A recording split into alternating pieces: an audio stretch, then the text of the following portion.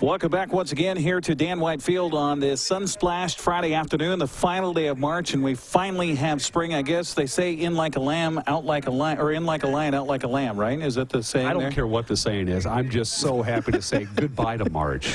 Along with Dan Koontz, Eric Granstrom with you. We've got Uriah Darby here, also Lonnie England, as we bring you this second game of the doubleheader between Wenatchee or Eastmont and West Valley. The Rams getting the better of the Wildcats in game one by a score of 3-0. So here we go with game two. Let's take a look at the lineups first for the visitors, as Ryan Frula will send out Eric Towsley again as the catcher. He is batting in the number one spot. Batting second, left fielder Matthew Brown. Batting third, shortstop Justin Vanderbrake. Batting fourth, the DH this time around is Cody Crow. Batting fifth, the first baseman Tanner Klein. Batting sixth is third baseman Jacob Caffrey. Batting seventh, right fielder Colton Moen.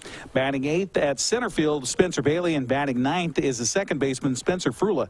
So you have the man on the mound, Duncan Favor, is pitching for the Eastmont Wildcats in this one. Meanwhile, it's Riley Lublin that is pitching for the West Valley Rams. Wildcats offense here in this one. Batting first is pitcher Duncan Favor. Batting second, second baseman Thomas Murphy. Batting third, catcher Mitchell Tomlinson. Batting fourth, center fielder Chase Peterson. Batting fifth, Jared Garland, the DH. Batting sixth, third baseman Dawson Schultz. Batting seventh, left fielder Kyler Morrow. Batting eighth is first baseman Jacob Schmitten, and batting ninth is the shortstop Jack Kuski. Again, Riley Lublin on the mound for West Valley, and Duncan Favor on the mound for Eastmont.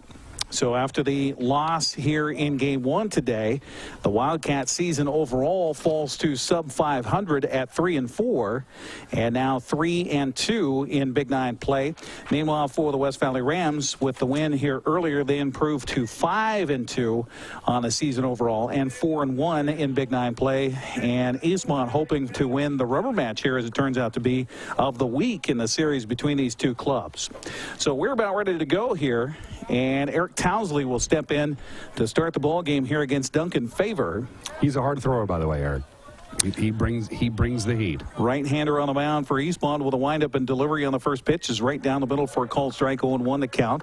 Our umpire switched positions, so we've got Cody Prugshot behind the plate and Clark Wright out there on the base paths. Two-man crew working this Big Nine matchup here at Eastmont.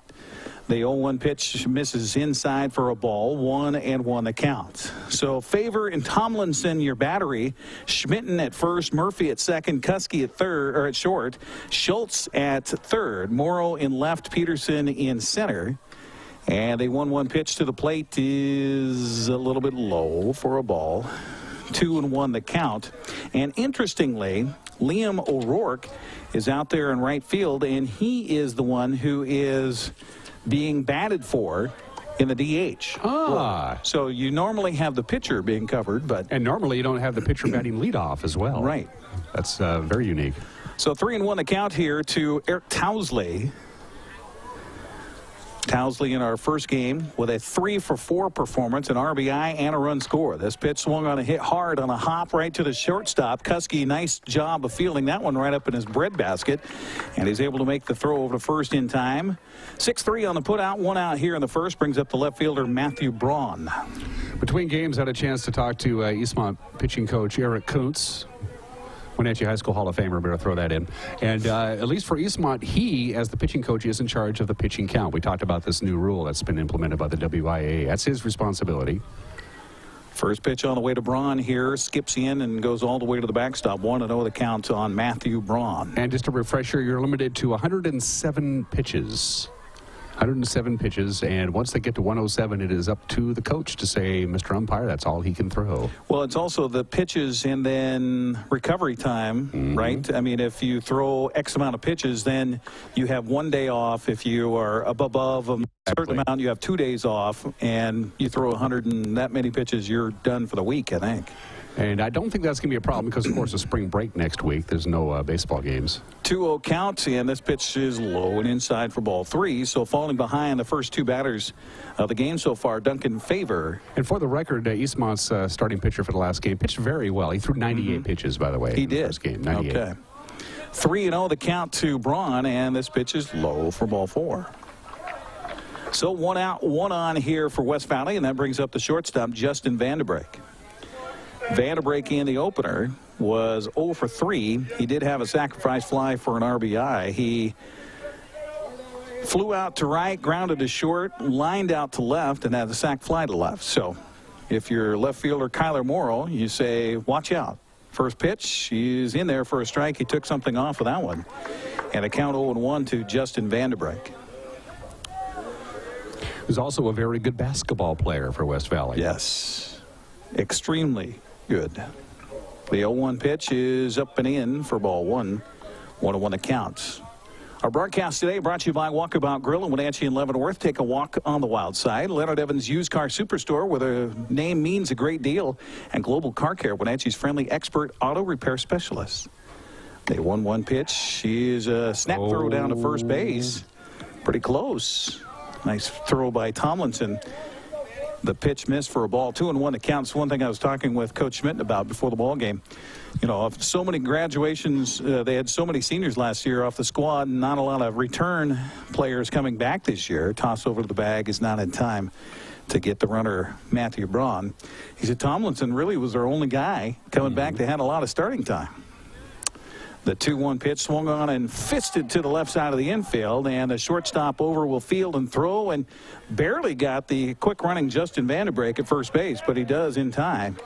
2 down here for West Valley. Braun moves down to second on the play.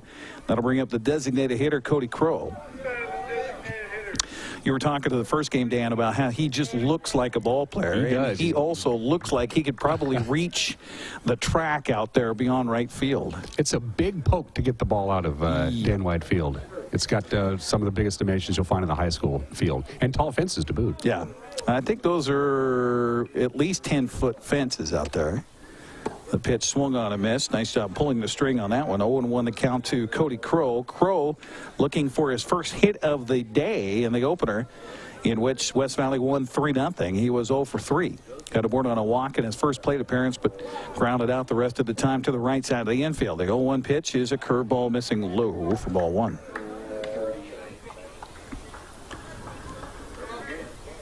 How many schools did you say next door at the track meet? There are at least 20 I can think of. There's a lot of charter buses in the parking lot. I was listening to the public address announcer, a little high, public address announcer going through all of the teams, and I lost track at about 15. So all big schools, including, of course, the host Eastmont. This is the 44th annual Eastmont Invite? Eastmont Invite, yeah.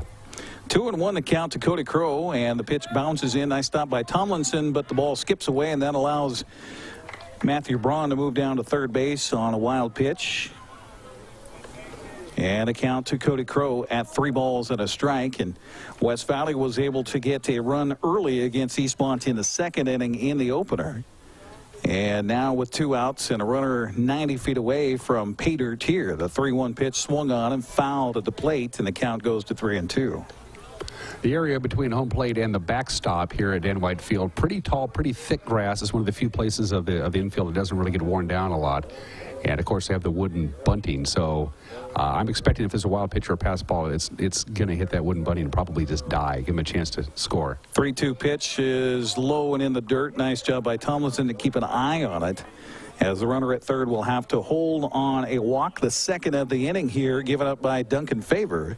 That'll bring up the first baseman, Tanner Klein. We did not see Tanner in the opening game, so Klein getting the task at first base here for the West Valley Rams. And Mitchell Tomlinson comes from behind the plate to give the indications to his defense on the infield in case the runner from first goes what they want to do with a runner at third base. 2 down here in the inning. Klein in the left-handed batter's box, way back in the back, and the first pitch is taken inside for ball 1. Cody Crow, the runner at first base, is not the fastest kid on the team. We noticed that when he was in the first game on the groundouts. He was lumbering towards first, so I don't expect a double steal here.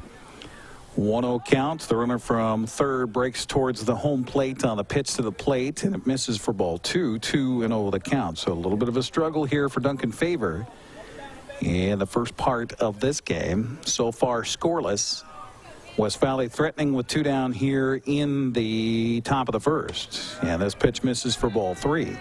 Seems to be overthrowing just a little bit, Eric. Just a little bit. That's what I'm seeing from Duncan. So Favor adjusts himself out there on the mound, trying to find a strike on a 3-0 pitch with runners aboard, and the pitch is taken for ball 4. So the bases are jammed here for West Valley. No place to put third baseman Jacob Caffrey. We're going to get a visit to the mound here by brother Eric Kuntz. I know him. I think Eric's going to tell him to calm down. I don't think Duncan is particularly comfortable throwing from the stretch. I know I never was. I much preferred the windup. But now he has to throw from the stretch. He doesn't have much of a choice. Well, he could wind up with the bases loaded That's true. and 2 Now outs. he can, absolutely. And maybe that might be what Eric's telling him right now. Yeah. If you feel a little more comfortable doing that. We had a little bit of a breeze come up in the latter stages of the first game, but that wind, whatever we did have, wasn't much, and it's pretty much died now. Just a little hint from center to right. Got a text from a friend between games. He said it was 64 at his place. Okay, temperature jumped a little bit. That's he's not a meteorologist, but of course neither am I. So. But you play one on TV. Yeah, but I play one on TV. So the sacks are full of Rams here with 2 down. And the pitch to the plate is low and outside for ball 1 to Jacob Caffrey. Caffrey in the opener. 0 for 2. He struck out twice. No, 1 for 2, or 1 for 3, that is. Struck out twice, had a single, and scored a run. In West Valley's 3-0 win, there's a strike. Count evens at 1 ball and 1 strike. And somehow you start throwing balls, and that plate and that strike zone seems to get smaller and smaller and smaller. The 1-1 pitch is a curveball in and hit him. Going to score a run. And Matthew Braun will trot home from third base. Cody Crow goes over to third. Tanner Klein to second. Jacob Caffrey to first. And that'll bring up right fielder Colton Moen. So there's a trivia question for you. You don't see that too often. Being hit by a pitch, are you awarded an RBI for that? You know, I know baseball, and I can't answer that question. I just cannot answer that question. You are awarded an RBI for that. Thank you. Fastball misses low for ball 1. 1-1 the count to Colton Moen, right fielder here for West Valley. And that right there was dangerous. Kind of sloppy. Baseball's always in play, and he kind of toss it around, and that's you got to stay with it. You got to stay with it. 1 run in for West Valley. Bases jammed. 2 outs. And Duncan Favor trying to find a way to get himself out of this jam. The 1-1 pitch swung on and hit hard, and that's going to head towards the soon-to-be-filled irrigation canal. Soon-to-be-filled. Count a ball and 2 strikes. Steve Hare and Jay Seabeck went up to watch them start doing the prep work on the irrigation canal. Fascinating story. You'll see that on Monday. The 1-2 delivery by Favor. Fastball misses away for ball 2. A lot of pitches for Favor here in this first frame. Began harmlessly enough on a ground out by Towsley, then a walk to Braun. He's come around and scored. And when the bases were jammed in, Favor hit a batter, and this pitch low and away for ball 3. 3 walks in the inning and a hit batsman for Duncan Favor. Full count, 2 outs. Runners will be taken off here. And the 3-2 pitch to the plate is low for ball 4. So 2 runs are in here for West Valley without the benefit of a hit. Cody Crow scores on the play. Tanner Klein down to third. Caffrey to second. Colton Moen aboard, and that'll bring up the 8th man in the inning for West Valley, center fielder Spencer Bailey. And the pitch is outside for a ball. 1-0 the count. It's one thing to make them earn it, another thing to give it to them. And you just hate to see that here in the first frame. This pitch low for a ball. And if there was a dashboard for Duncan Favor, the flickering light right now would be confidence.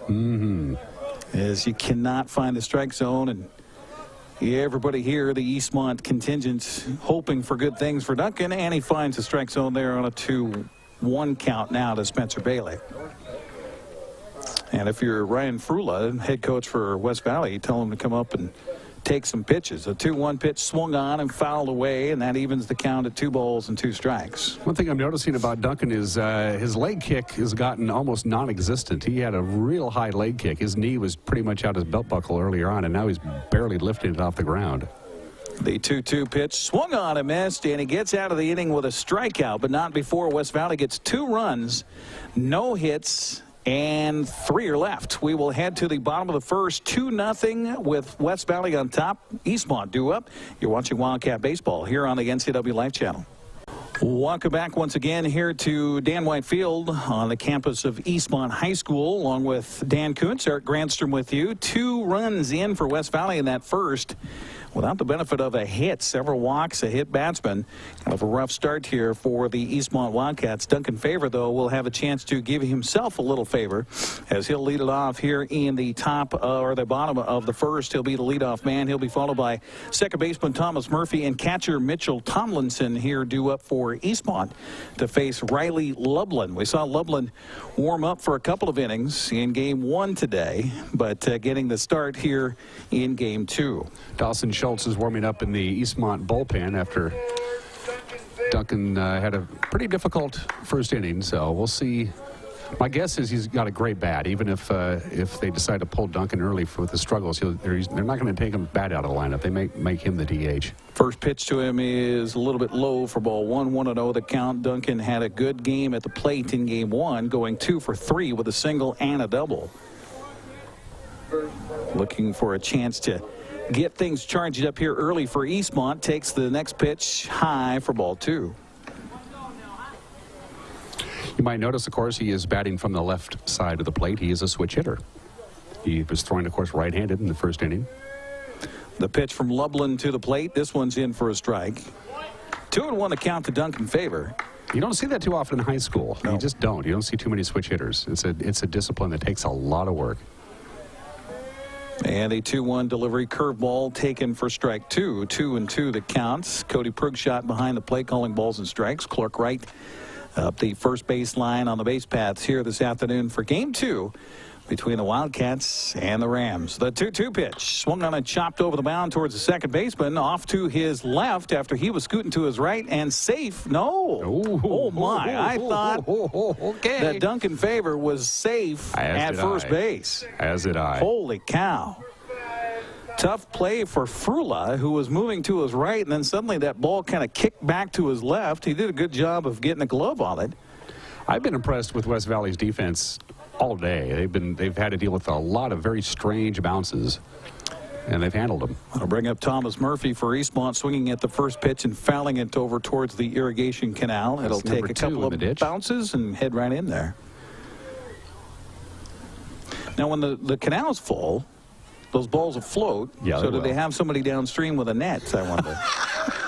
The old one, like McCovey Cove. Yeah, there you go. The old 1 pitch is taken for a strike. 0-2 the count. They're actually sending the kid down there to get it, it looks like. Oh, well, do it now while he can get down there, I suppose. Yeah.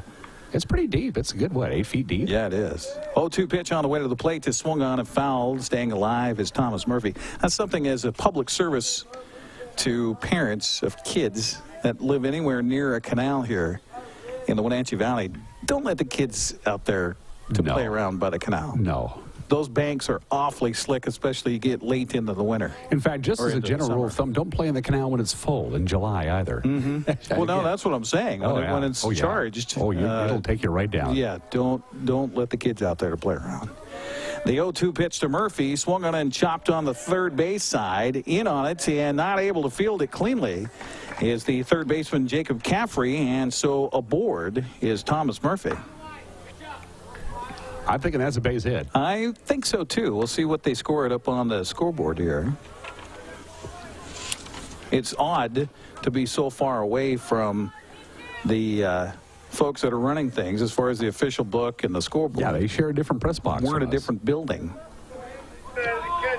Nothing yet. Nothing yet. So they're still talking it over in the press box on the other side. Yep, they give him the hit. They did. Okay. So an infield single for Thomas Murphy. First pitch to Tomlinson, misses for a ball. 1-0 the count to Mitchell. Looking for his first hit on the day. 0 for 3 in game 1. The 1-0 pitch to the plate, high for a ball. 2-0 the count. Mitchell had a great game on Tuesday. Came up with 3 RBIs in the 4-3 win for Eastmont. And the young man took a look and said, I'm not going into the ditch to get that baseball. Oh, he did? Yeah, Okay. he had second thoughts. He had no help to get him back out. Yeah, I was going to say, even getting in is problematic. Toss over to the bag at first, not in time. Well, that's what Coach Frula for West Valley was talking about before the game. He says, you know, I'm not worried about the bats. Our job is to play defense and pitch. And they did in the first game, and they certainly did. 2-0 pitch to the plate, swung on and hit in the air to left field. That's going to drop down for a base hit. So Eastmont has a little business going here in the bottom half of the first on back-to-back singles. As Murphy moves down to second base, and that'll bring up center fielder Chase Peterson. We'll get a courtesy runner. Courtesy runner, that's right. Big difference. Big difference. Courtesy runner coming in is number 16, and I don't have a 16 on my roster.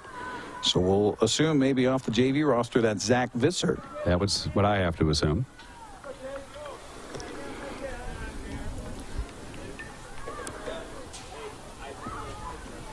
Courtesy runner means, of course, the batter who reached base is not out of the game. Chase Peterson stepping up here for Eastmont with runners at first and second, 1 out, and the pitch to the plate taken for a strike. 0-1 to Chase, who was 0 for 3 in game 1 today. Eastmont shut out in the opener, 3-0 by West Valley. Dropped the Wildcats record to 3-2 in Big 9 play. Early in the season still for the Columbia Basin Big 9. The 0-1 pitch on the way to Peterson goes past him. That hit him. Did it hit him or It not? sure sounded like it did. No timeout call by the home plate umpire. He's looking. And meanwhile, I think Coach Schmidt is going to ask Coach Schmidt asking if he was hit. I absolutely heard something. I heard a tick. Mm-hmm. I don't know if it was jersey or bats, but no call at all. So how about a wild pitch and both runners move up 90 feet? And the count even to Peterson at 1 ball and 1 strike. So Eastmont really a good chance now with 1 down in the inning, runners in scoring position. Pick up Mr. Favor a little bit. And Lublin with the pitch to the plate. Curveball misses low and inside for ball 2. So a hitter's pitch coming up here for Chase Peterson. Put a drive to it. Infield playing back with first base open. Early in this one, West Valley on top, 2-zip. Eastmont countering with a couple of base hits here. And a 2-1 pitch is a fastball strike and evens the count at 2-2. What a beautiful day. Oh, Lord. Just How many more weeks do we have up in Mission Ridge? They're going to open all the way through April. Through the end of the month? Through the end of the month, yep. Okay. We can see the ski runs up at Mission Ridge easily from our vantage point here. The 2-2 pitch to the plate. Swung on and missed. And gone on the strikeout is Chase Peterson. That'll bring up designated hitter Jared Garland. Nice job by Riley Lublin after falling behind on a wild pitch to move the runners up in scoring position. Chase was just guessing there. He was just he was hacking and never really had a chance to make contact. So now Jared Garland stepping in, the starting pitcher in game 1 today. Went 1 for 3 at the plate with a base hit in his first plate appearance. Would love to find a hole in the defense here. Drive in 1, maybe 2. A turn around and throw to the bag at second. And getting back there safely is Visser, the courtesy runner. Murphy down at third base. And Jared Garland waiting for the first pitch to come his way. Ducks are on the pond. 2 down here in the first for Eastmont. Yeah, the pitch to the plate is inside. Ducks on the pond. It's early in the year. We have to break out all of our baseball cliches, don't we? Well, you know, Dan, when these two teams get together. You could just throw the record right out the window, of course. Yes. I miss the old days when West Valley and Eastmont had such that rivalry. Oh, and back in the Mid-Valley League, of course, which no longer exists anymore. Right. check swing, but a strike called by the home plate umpire. Eastmont got yo-yoed, of course, for that was about 15 years ago. They got big enough, they joined the Big Nine, and they got small, and they had to go back to the Mid-Valley League. Then it was back to the Big Nine to stay.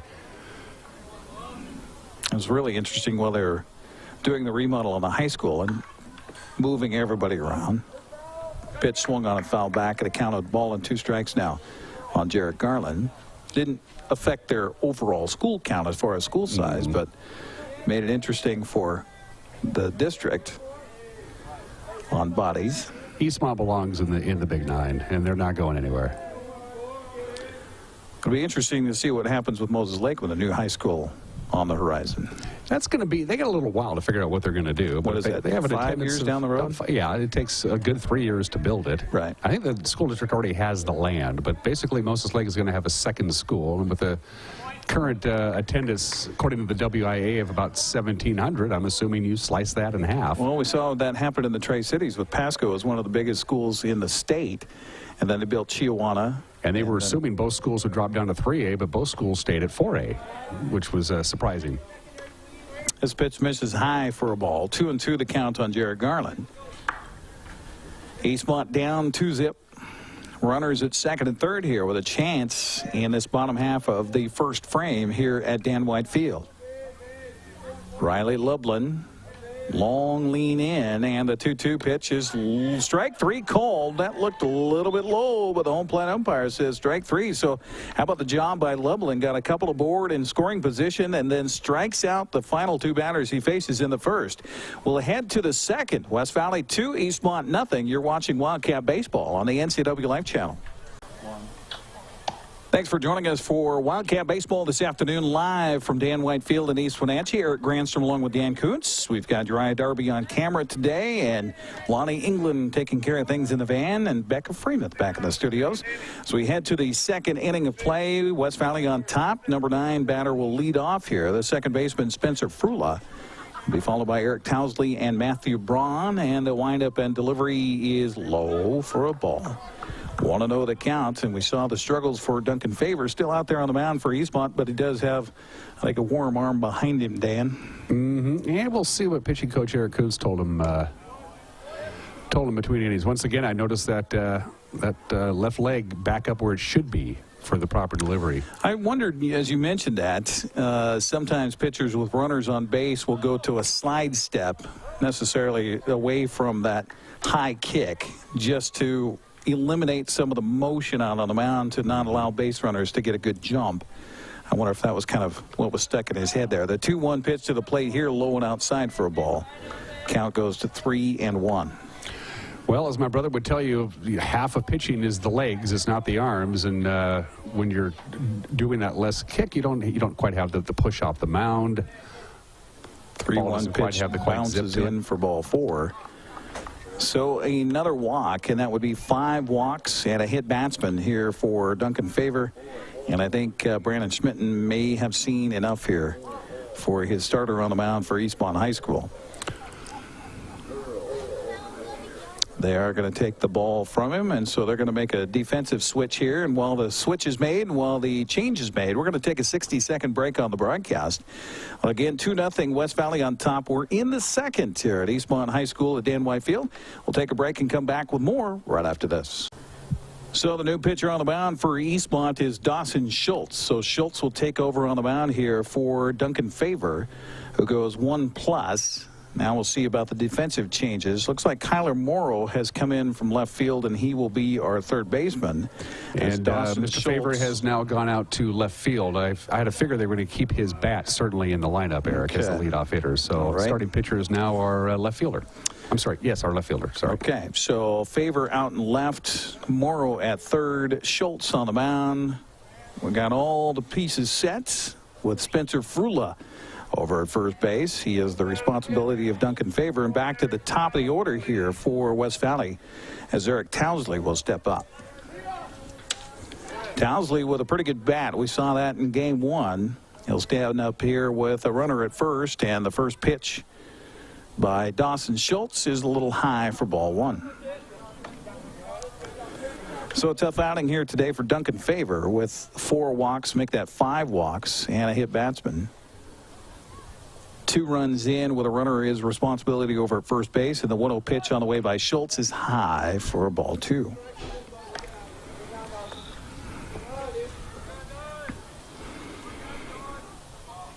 What a gorgeous day. Just a beautiful day. The golf course beckons. Little high haze here this afternoon. The 2-0 pitch is high for ball 3. Tomorrow, kind of a mixed bag, Eric. It's going to be cloudy in the morning, sunny in the afternoon. It's also going to be quite breezy tomorrow. Boy, wind yesterday. Did you see that video? I did. On the tornado yeah. in Monroe.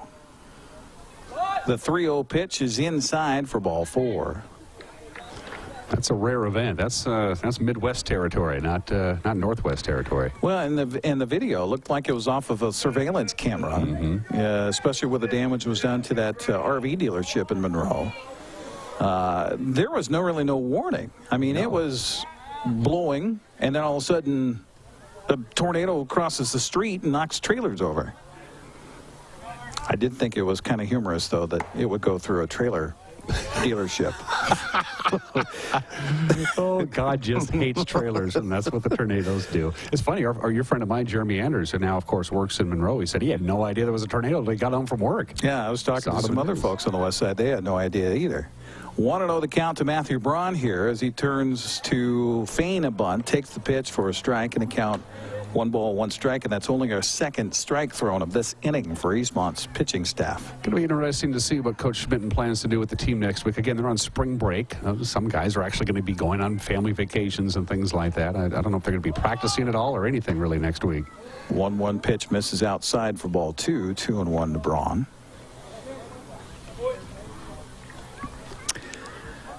We didn't get any time off. No, I was at school. Nope, we had. There was practice every day. Sure. The 2-1 pitch on the way to the plate, bunted up the third baseline. Nice bunt. Excellent bunt. Mound is Schultz. The throw to first goes high and down the third baseline or first baseline, and a run will score on the throwing error as Frula comes around to score on the play. Towsley winds up at third base. E1 as Braun will wind up down at second base. So it's 3-0 now without a hit. Without a hit. It's a strange line score right now. It really is. And still nobody out. Runners at second and third as Justin Vanderbeek steps into the right-handed batter's box. First pitch to him is a curve, missing for ball 1. Dan, I know you're a big baseball fan. Oh, I love baseball. And I know you're a fan of history. So I did get this day in baseball history. Oh, I like that. For the broadcast today. And while you do that, I want to thank our friends at AC Checker Taxi Cab, Neil's Boots and Shoes, and Quick Lube and Tune, helping bring today's action to you. Good folks all. Well, I did have this day in baseball. Oh, you know what?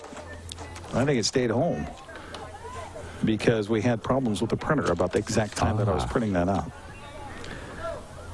See if I can do it from memory. Well, this will be talk about working without a net. 3-0 the count, and this pitch is in for a strike, and the count goes to 3-1 on Justin Vanderbeek. Today, in baseball history, is the first time a game for Major League Baseball started in the month of March. The season started for the Seattle Mariners. I was going to say that was a Mariner game, if I remember correctly. They had a Sunday night game. Was it the one in Tokyo? No, it was in the Kingdom. It was in the Kingdom. Okay. Yeah. Yep. Now, of course, they have 3 games back to back on Sunday the 2nd. Right. Traditional Monday opening day is kind of a thing of the past now, which is kind of a bummer for our friends at Cincinnati because they always have the traditional first game of the year, but they don't get that anymore. Right. Huge at bat right now, Eric. Huge so the bases are jammed. Vanderbeek gets a walk.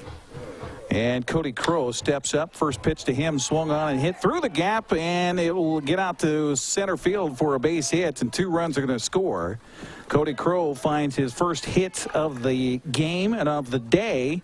That's the first hit for WestValley here of this game, and they have played at 5 runs with just 1 hit. So 2 runs come in. Vanderbeek winds up down at second base on that base hit by Cody Crow. Give him a couple of RBIs, and that'll bring up first baseman Tanner Klein. 5-0 now. WestValley on top. curveball in for a strike here in a count 0-1, and I believe that's the first time we've had a batter behind in the count for West Valley. Indicative of the struggles of the Eastmont pitching staff in the second game. The 0-1 pitch is bouncing in. Nice stop by Tomlinson, keeping the runner Vanderbrake out there at second base. Evens the count at 1 ball and 1 strike. Yeah, 3 games on Sunday for you baseball fans. Yankees and the Rays get underway. In fact, I think they play like 10 o'clock in the morning. Now that seems like an odd pairing for an opening day game. Well, not when the Yankees are involved. Well, no, the Yankees fine. Yeah. But playing the Devil Rays. Yeah. Excuse me. The Rays. The Rays. Yes. It's not the Devil Rays anymore. Of course, the Mariners start on the road. They'll be in Houston, who by most accounts is favored to win the American League West. 2-1 pitch swung on the ground towards the shortstop. Double play chance to second for 1. The relay to first is off the mark and goes clear over the fence, retaining fence here, and into the canal.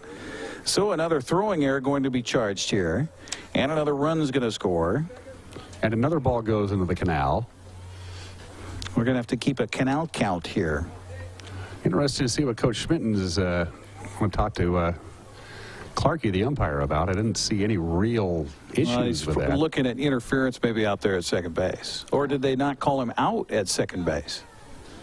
I assumed, based on the play, that they were calling him out at second. He was out. That's the run. That's the course. Oh, that's the runner at first base that advanced. That's the guy who hit the ball. So I'm thinking, I wonder if the ball did go completely out of play. And is that 2 bases or 1 base? That's 1 base. Okay. I really don't know what Coach Schmitten is concerned with here on the conversation. He's not animated. I think he's wondering about runner interference on the throw from the relay from second base back to first on the double play chance if he didn't get out and down out of the way for the throw. It's a bit stricter interpretation in high school. Of course, it's a safety issue. Sliding headfirst is completely forbidden. It's an automatic out. Understandable, of course. That could be exactly what you're talking about, Eric. So Klein winds up out at second base on the play. 1 out. 4 runs are in. It's now 6-0 West Valley. That'll bring up Jacob Caffrey. First pitch to him is in for a strike. 0-1 to count to Caffrey. Third baseman for West Valley, who was hit by a pitch and got an RBI out of it because it happened when the bases were loaded back in the first. The 0-1 pitch to the plate. Off speed bounces in for a ball. Tanner Klein thought about it. Now a throw out back to the mound goes all the way into center field.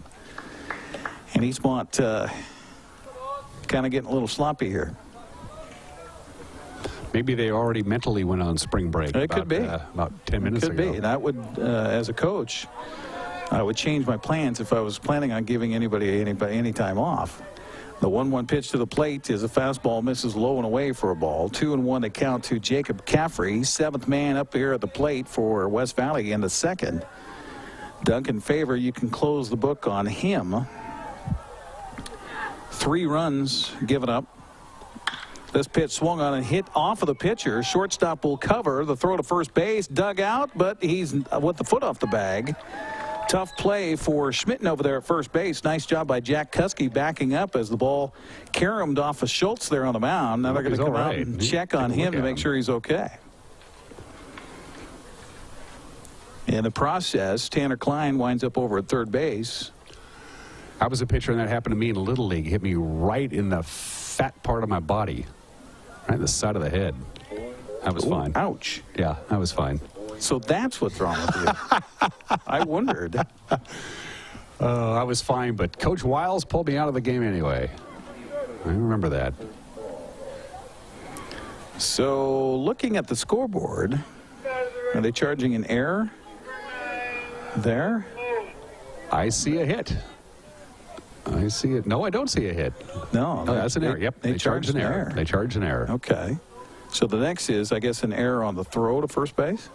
The throw looked good. I guess it'd have to be on the first baseman. I think he pulled himself. I thought the throw was accurate. That was well, he was up the line, past the bag. So, nonetheless, an error. That would be the third of the inning here for Eastmont. Runners on the corners with only one down, and the pitch swung on a hit back to the mound. He'll throw to second for one. The relay to first is, well, he tried to reach out with a bare hand. Did Schmitten? He did a nice job knocking the ball down. Kept it in play, which has been hard for Eastmont to do this inning. But of course, now West Valley racking up another run. They get another run, so it's now 7-0 West Valley on top. Colton Moen aboard on the fielder's choice. You can never assume the double play.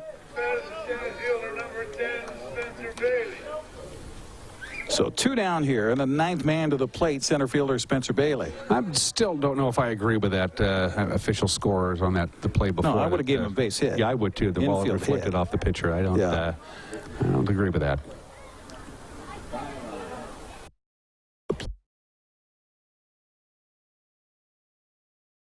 One on my count. Scoreboard is 1-1. Okay. 7-0 West Valley on top. Some weird numbers in this one already. And the 1-1 pitch to the plate by Schultz is high for ball 2. Spencer Bailey struck out to end the first. Now he stands up there with a runner at first base and 5 runs in here in the second. The 2-1 pitch bounces in for a ball, and the count goes to 3-1 to Spencer Bailey.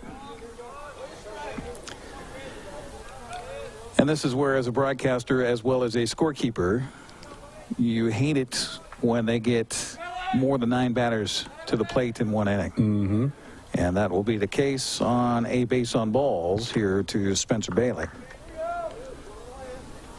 So now everything in my scorebook slides over 1.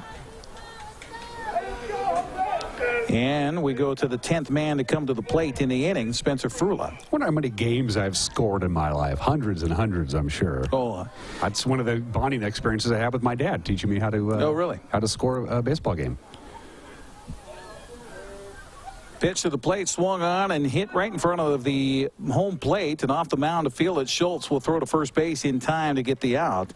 And the inning mercifully finally comes to an end, but not before West Valley gets 5 runs on 1 hit and 2 men left. We will head to the bottom of the second. West Valley 7, Eastmont nothing. You're watching Wildcat Baseball on the NCW Life Channel. Welcome back once again to Dan White Field. To the bottom of the second we go. West Valley all over Eastmont in this one, 7-0. As Dawson Schultz, our new pitcher, will lead off here in the second. He'll be followed by left fielder Kyler Morrow and first baseman Jacob Schmitten.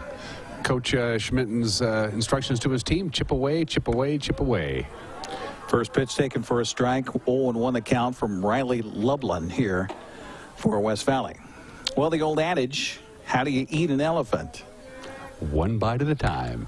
The 0-1 pitch swung on and grounded to third, and right there to gobble it up. Defensively, Jacob Caffrey there, the third baseman for West Valley. This Ram team really does play very crisp defense, Eric, especially their infield. I've been impressed with these guys. And that's had to deal with some tricky hops. Yep. Their throws are true, on the money. It's a good defensive team. Well, and that's all about repetition, fundamentals. You know, if you put your body in a good position, no matter where that ball hits and skips and bounces, if you put your body in front of it, you have a chance to knock it down. The first pitch here to Kyler Morrow misses for a ball. 1-0 the count to the left fielder. Curious to know how much indoor practice West Valley had to put up with in February and March before the snow went away. They might have had less snow down there. I was talking to the Davis coach. This pitch swung on and grounded up the first base line, and it's going to stay fair and will be in an infield basically a swinging bunt. He hit his own struck ball with his foot. Did you see that? I didn't see that. It clearly struck his foot. As he was running by, the ball kicked a little bit to the right, was going foul, and it hit the base runners. While it was in play, it hit him? Yes. So he should have been out. He should have been out, yeah. The umpire missed that. That was pretty plain to see. So in the scorebook, it goes down as a hit. Runner at first for Eastmont, and a pitch here low and inside for a ball to Jacob Schmitten. He was right on the foul line, and either it kicked and hit his foot or he stepped on the ball slightly, but he definitely made contact with a batted ball in fair territory. He should be out. We'll have to go to the tape for that one. This pitch swung on and lifted in the air to right field, and backing up, pedaling backwards, was the right fielder catching the ball. And the out recorded, and staying at first on the play is Kyler Morrow. Last week at Recreation Park, the doubleheader victory for Wenatchee. Of course, their outfield was just a swamp. And anytime any ball landed in the outfield grass, it just stopped. It just went ka-thunk. Made fielding just difficult. It's amazing what a week of fairly decent weather will do. And we had record rainfall on Tuesday night, by the way. Yeah. We got almost a quarter of an inch of rain. Jack Kuski up there, the number 9 hitter for Eastmont, takes the first pitch for ball 1, 1-0 the count, with Morrow a lead at first. And the pitch to the plate is in there for a strike, evens the count of 1 ball and 1 strike on Jack Kuski. Was on the basketball team, didn't see a lot of playing time for Eastmont, but obviously getting the start here in a couple of games for the Wildcats. The 1-1 pitch, strike called inside corner, and the count goes to a ball and 2 strikes. So Riley Lublin out there on the mound for West Valley. You got to feel like you're invincible almost with a 7-run spot here in the bottom of the second. 1-2 the count, runner at first with a lead, and the pitch misses high for ball 2. Sports on the NCW Live Channel brought to you by Walkabout Grill in Wenatchee and Leavenworth. Take a walk on the wild side. And by Leonard Evans Used Car Superstore, where the name means a great deal. 2-2 pitch to the plate, swung on and hit foul. And guess what? Find is that number 4 Canal? in the ditch? I think it might be. Behind the dugout from our vantage point. So the count stays at 2 balls and 2 strikes. Sports also brought to you by Global Car Care, Wenatchee's friendly expert auto repair specialists. 2-2 count, 2 outs, 1 on, 7-0 West Valley on top. This pitch swung on and chopped right back to the mound, and right there is Ublin, and he will toss it over to the bag at first, and Eastmont retired here in the second. They get a runner aboard on a base hit. They leave a man. We'll head to the third. All West Valley so far, 7-0 over the Wildcats. You're watching Eastmont baseball on the NCW Live Channel. Here we go to the third inning of play, and due up here for West Valley, top of the order, Eric Towsley, Matthew Braun, and Justin Vandenbrake. I don't think I can remember the last time I saw a line score where a team has scored 7 runs with just 1 base hit. It's perplexing to me, my friend. We've had some defensive changes. Eastmont's leadoff hitter has moved from left field to center field now. That's Duncan Favor. And I believe the number 11 has now taken position in left field, Eric. Well, Kyler Morrow was out there to begin with. So now Kyler Morrow has gone back to left field. He came into third when they made the pitching change last inning. So Dawson Schultz is back there at third base. So we got a new pitcher. Is what the deal is. It took us a while to figure that one out. Chase Peterson is now pitching. It's early in the year for us, too, folks. It is. First pitch, he is in there for a strike. 0-1 the count to Eric Towsley.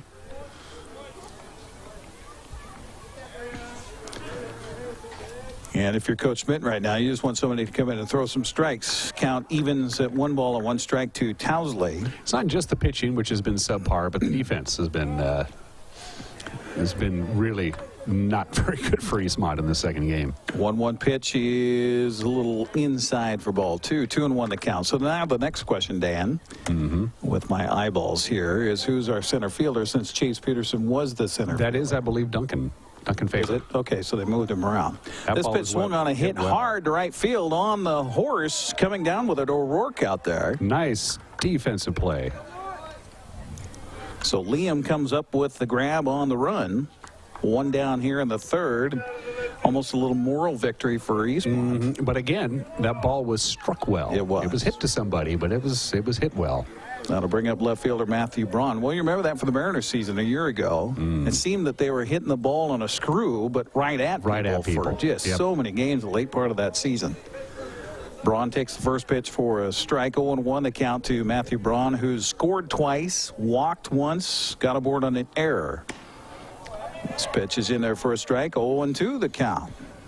Your friend and mine, Steve Hare, predicted that King Felix would be traded by mid-season. Really? Yes. Interesting. Well, he'll get the start on Monday at Houston. His, ninth, I think, opening day start. This pitch misses for a ball. 1-2 the count. As King Felix goes, so goes the Mariners in many respects. That is the case. He's no longer the days of the guaranteed W when he takes the mound. The 1-2 pitch on the way to the plate is a little outside for a ball. 2-2 the count to Matthew Braun. Second man up here in the third with West Valley on top of Eastmont 7-0. Appreciate you joining us here this afternoon on the NCW Life Channel. I'm Eric Grandstrom along with Dan Coots. This pitch swung on and chopped over the mound towards the second baseman. And fielding it nicely and tossing to the bag is Thomas Murphy. And so 4-3 on the put out there. 2 down here in the third, and that'll bring up shortstop Justin Vanderbreg. Reminds me, talking about the Mariners, my first ever paying attention to, now I'd seen scorebooks because my dad was a Little League coach forever, but when I paid attention to the scorebook was at my grandmother's house. She was a huge Mariner fan and scored every single game listening to Dave Niehaus on the radio. There are a lot worse hobbies to have than that. Sounds like a great and she thing. was massive into crossword puzzles. 1-0 pitch on the way is... Went through a lot of pens and pencils, I'm assuming. Yes. Yep. And she had that radio cranked to Cairo out of Seattle and would listen to Dave Niehaus call the games way back in the day. She'd bake him cookies all the time and send them to him during the season. Really? Yeah, oh yeah.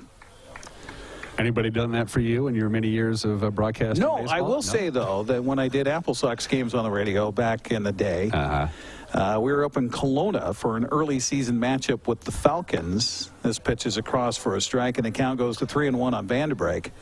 And the owner of the Kelowna franchise came up and brought 2 beers to my broadcast location during the game. The pitch swung on the ground into the shortstop, and under the glove of Kuski, the ball will go out into left field. And it's got to be a base hit. I think a base hit there. It didn't touch his glove. Never touched it, so. Well, the thing I miss most about Apple Sox games, as many of my years as PA announcer, is when Rexine Bennett would bring us treats. Up I know. Yeah, Bruce's wife. Oh, just delectable things.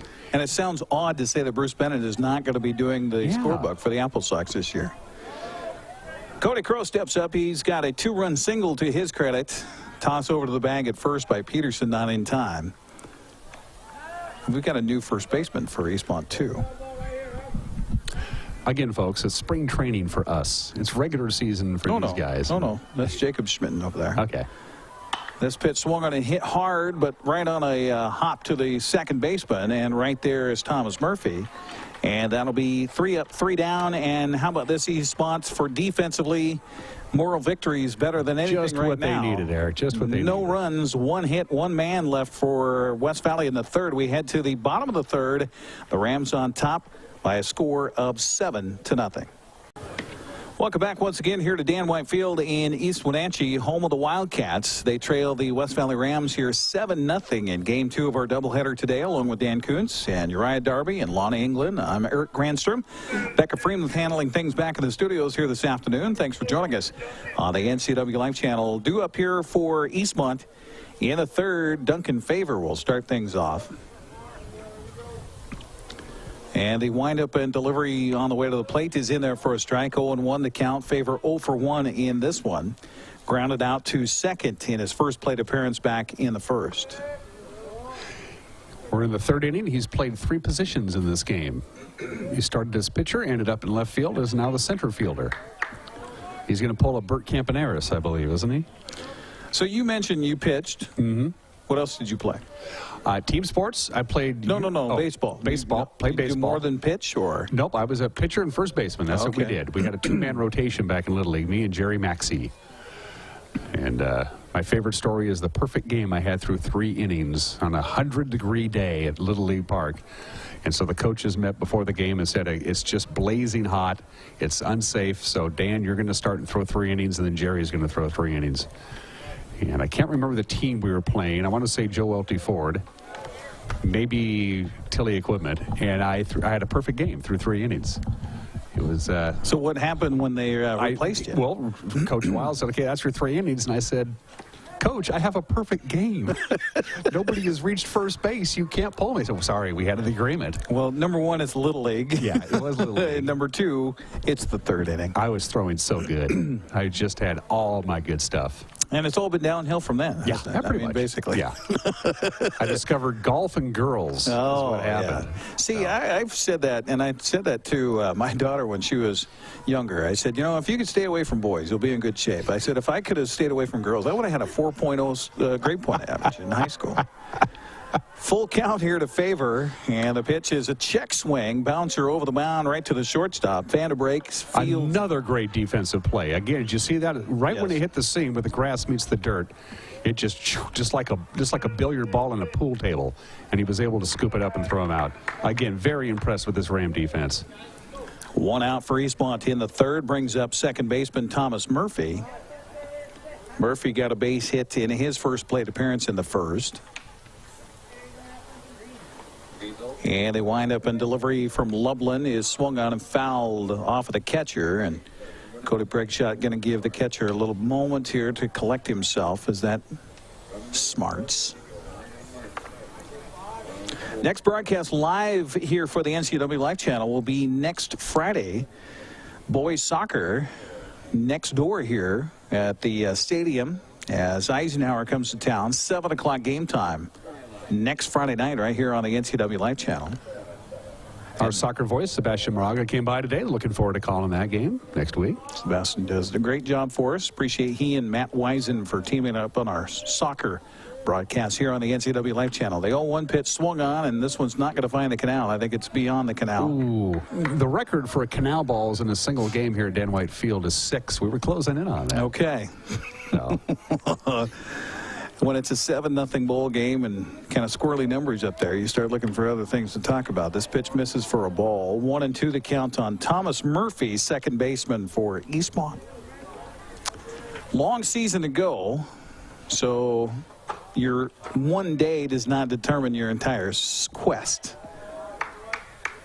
Murphy takes pitch outside. 2-2 count now. Kind of a unique scheduling quirk this year. 2-2. Wenatchee and Eastmont play the exact same teams, including non-leagues. They played Sumner, Richland, a non-league game. That's right. Of course, they'll play each other, but they have the exact same schedule as far as teams being played. You don't see that too often. Of course, we'll have Eastmont and Wenatchee latter part of the season. In fact, last week of the regular season. Looking forward to that. Right here on the NCAA Live Channel. This pitch misses away, so a walk. Nice at bat for Thomas Murphy. Was behind in the count and works himself aboard with one down. Brings up the catcher, Mitchell Tomlinson. Tomlinson 1 for 1 in this one. Chip away, chip away, chip away. 7-0. That was a Red Hot Chili Pepper song, wasn't it? It was. It's been a long week. It's been a long week. It does. But we have a nice quiet week next week from the world of sports. Since you're here, you should talk about the fact of what's happening Monday on Wake Up Wenatchee Valley. Yeah, we expand to a full hour. What are you going to talk about? Maybe I'll have you on it. We'll just talk baseball for the hour. Hopefully, we'll be talking about Gonzaga playing for the national championship against Oregon. Would that be something? That would be awesome. That would be fantastic. 0-1 the count to Tomlinson here, and the next pitch is low for a ball. 1-1 the count. Yeah, Weinstein Beverage and Highgate Senior Living are hopped on board sponsors of Wake Up Wenatchee Valley, so we've expanded it to a full hour, and that really gives our guests a chance to really get some in-depth stuff, including, I'm looking forward to this, Paul Graves will be my guest on Monday. Oh, the Bigfoot hunter. The Bigfoot hunter, Paul Graves, and he was on the show about a month ago, shortly after those footprints were discovered in the Sunny Slope area. You remember I had Paul on, and I just didn't have enough time to really get in depth with Paul, and that kind of started the thought process that maybe we can make this show an hour. And on Monday the 3rd, right before Gonzaga plays for the national championship, it will be an hour. Runner from first goes. The pitch is in for a strike. The throw down to second base is in time. They got him. Great So throw. It's a strike him out, throw him out, double play, and that will be the inning. Eastmont shut out here in the 3rd. To the 4th we go. West Valley on top 7-0. You're watching Wildcat Baseball on the NCAA Live Channel. Beautiful afternoon for baseball. So we're playing 2 here today on the NCAA Live Channel, along with Dan Kuntz, Eric Grandstrom, as we head to the 4th inning of play. West Valley on top by a score of 7-0, and doing that base on balls by the first 2 pitchers for Eastmont here today. They've gone to Chase Peterson to throw some strikes, and Chase came in and got himself out of a inning in the 3rd without a run scored, so that was a moral victory for Eastmont. Let's see if they could build upon that here in the 4th. Tanner Klein, Jacob Caffrey, Colton Moen, the 5, 6, 7 batters due up for West Valley here in the 4th inning. And that score that you see in the upper left-hand corner of your screen, that line score is not a typo. 3 hits, no runs for Eastmont. Just 2 hits, but 7 runs for West Valley. Strike taken by Tanner Klein on the first pitch to him. He is 0 for 1, got aboard on an error and scored a run in the 2nd.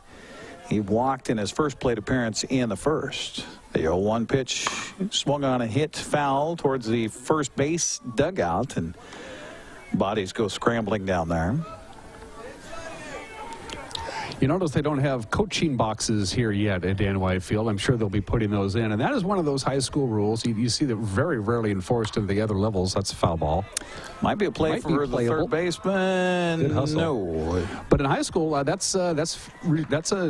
enforce that, Eric. That's especially the third base. They're just not allowed to be out of that box. As long as you have a foot in the box, you can even be touching the line. But the coach cannot leave that third base coach's box. I'm surprised they haven't gone to the point of protecting the coaches in the boxes yet with wearing helmets. Yeah, I think that, especially with the aluminum bats, I think that's probably down the road. It's coming soon. 1-2 the count here to Tanner Klein, leadoff man for West Valley in the 4th. His pitch swung on and hit hard but foul up the first base line. Count stays at a ball and 2 strikes. And, you know, it's been touch and go. We were talking about Rec Park and how soft it was in the outfield. We were there the other day, and they had gone out and mowed, but you could definitely see the tire tracks from the mower. It's just so soft still, and I know that's why they want to be careful about coming out here and mowing too, because it's really soft. You see behind home plate where the grass is really tall. You know, the grass on the foul lines here is still pretty tall. They just want to be careful about how they're doing things out here. This pitch swung on and hit hard right past the first baseman into right field. That just plain ate him up. Schmitten just didn't have a chance to get the glove down on that one. As turning on that one, Tanner Klein for a leadoff base hit, and that'll bring up third baseman Jacob Caffrey.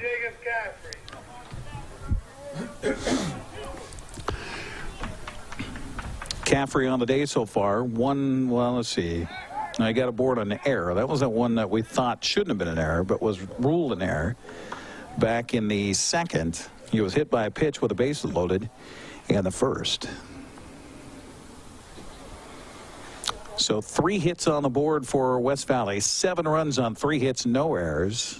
This pitch is in for a strike, 0-1 the count on Caffrey. No runs, 3 hits, and 4 errors for Eastmont.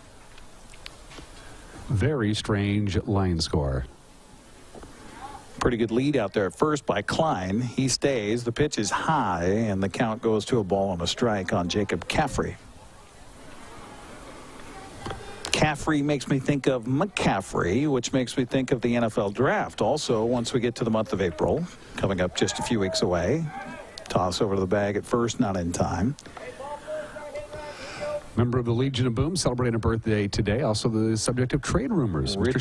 Sherman. Yeah, he's 28 years old today. He started every game he's ever played for the Seahawks. This pitch swung on and popped up down the right field line. This is going to be trouble. There's no way he's going to get to. Oh, my. O'Rourke almost came up with that ball. I thought there's no way, and I thought it was going to be trouble because it was looking like it was going to be a fair ball down the right field line. O'Rourke made a long run. How far did he run for that? 30 yards? Maybe longer than that. Turns out to be a foul ball and a strike 2 to Caffrey. But Richard Sherman, I wonder if he's talked himself almost into being a trade speculation with some of the antics he's done. 1-2 pitch, snap throw down to first base, not in time. Count evens to Caffrey, had 2 balls and 2 strikes. My personal favorite, Cam Chancellor, turns 29 on Monday. He'll be in the birthday club on Wake Up Wenatchee Valley. Team captain. 2-2 pitch swung on, and boy, he swung at that pitch so late it was almost in Tomlinson's glove when he swung at it. Count 2 balls, 2 strikes. Speaking of baseball and the Yankees, as we were earlier, classic last night on ESPN. It was the World Series with the Yankees from 81? Oh, the Yankee-Dodger series from 81. Dodgers got the best of the Yanks that year. Ron Say, all those names. Been a while since I've even thought about some of those names. Pitch misses for a ball. 3-2 the count, but Dusty Baker, outfielder, at the time for the Dodgers. Great rivalry back at Davey Lopes, sure. Bill Russell. Don Sutton probably pitching. Close play at the bag at first, not in time, though. That 81 Yankee team was a different kind of team, of course. That was the first year that Dave Winfield had joined the team. So it was the one and only year that Reggie Jackson and Dave Winfield were teammates. They got the runner picked off in a rundown now between first and second. Nice job by the Eastmont defense that time. Guessing right was the pitcher, Peterson. So 1-3-6, caught stealing for the first down. That clears up the base paths with a full count here to Caffrey.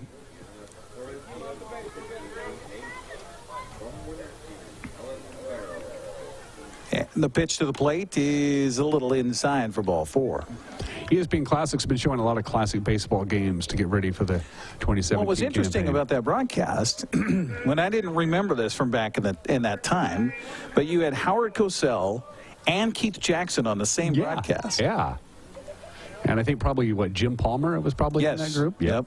Toss over to the bag at first, not in time. That was about the time that Jim just finished pitching. To bring him up in the booth. Those are great things to watch. Almost all of them, of course, are available on YouTube. Gets me through the winter. This pitch is high and outside. Snap throw again down to first base. Of course, Disney owns ABC and ESPN, so those are all you get to see on ESPN Classic is old ABC broadcasts. Right. The old NBC broadcasts are owned by Universal, but they don't have their own sports network. I'd like to see some of the great NBC telecasts. Some of them are on YouTube. So that would have been, well, Dick Enberg did a lot of that, didn't he, for NBC back in the day? Love Dick Enberg. 2-0 count to Colton Moen here, and the pitch to the plate is swung on and missed. Count goes to 2-1 on Moen. Caffrey at first, one down for West Valley here in the fourth as they lead at 7-0. Appreciate you joining us here on the NCW Life Channel. Another toss to the bag at first, not in time. For me, it was Pete Van Weeren on WTCG, Turner Communication Groups, the precursor to WTBS. Now, of course, it's just TBS because the Superstation, they were on our local cable network in the 70s. So we all got to watch a lot of Atlanta Braves baseball when they were really, really bad. But with the Skip Carey and Pete Van Weeren, those were some great memories. 2-2 pitch to the plate, swung on and fouled away, and the count remains at 2-2. What happened to Skip Carey's son? He used to be part of the Mariners broadcast crew. I assume he's probably in baseball somewhere around Major Leagues. But I'm ready for baseball. 2-2 wind up and delivery by Peterson here. Curveball misses outside for ball 3. In fact, just yesterday I renewed my MLB Network subscription. So, how many games do you try to watch at once, Dan? I watch if the Yankees are on. Which, by the way, available on LocalTel. Yes, absolutely. Toss to the bag at first again, not in time. It's a great package. Basically, if the game is not on in your local area, you can watch any Major League Baseball game you want online live. And you can pick, of course, your radio call, your TV call, home or away. Pitch is swung on. Might be a play for the first baseman. Ooh, hit the top of the bar. That is the chain link area behind the dugout on the first base side. Jacob Schmitten giving chase over there. But we've seen some interesting foul balls in these two games. A bunch in the ditch. One that almost took off the coach's head of West Valley in the first game. 3-2 count here with 1 on and 1 out in the fourth for West Valley. And Peterson again with a long, sneaky look over his shoulder. And then we're going to get a timeout taken by the home plate umpire that was asked for and given to Colton Moen at the plate. Spencer Bailey on deck here for West Valley. pending the double play chance, I suppose, for the defense. And again, Peterson ready with the 3-2 pitch to the plate. It's low and inside for a ball. So back-to-back walks given up after a base hit to Tanner Klein. Klein caught stealing. Runners at first and second, and that'll bring up the center fielder, Spencer Bailey. Bailey 0 for 1, struck out in the first and walked in the second. So keep stacking up the walks here. 10 walks given up by the pitching staff for Eastmont in this one. Pitch to the plate, swing and a miss by Spencer Bailey. 0-1 the count. That had some heat to it. And he really wanted a piece of that pitch, too. Peterson puts his right foot in front of the rubber, checks the runner out there at second base, and the pitch to the plate is a check swing, but he went around, says the home plate umpire. And the count 0-2 quickly on Spencer Bailey. Boy, a strikeout would come nicely right now for Eastmont's defense. Looking through the score right now, and there has not been a strikeout by the pitching staff so far. The 0-2 pitch, curveball, strike three called, and just what the doctor ordered. 2 down here in the fourth, and that'll bring up the second baseman, Spencer Frula.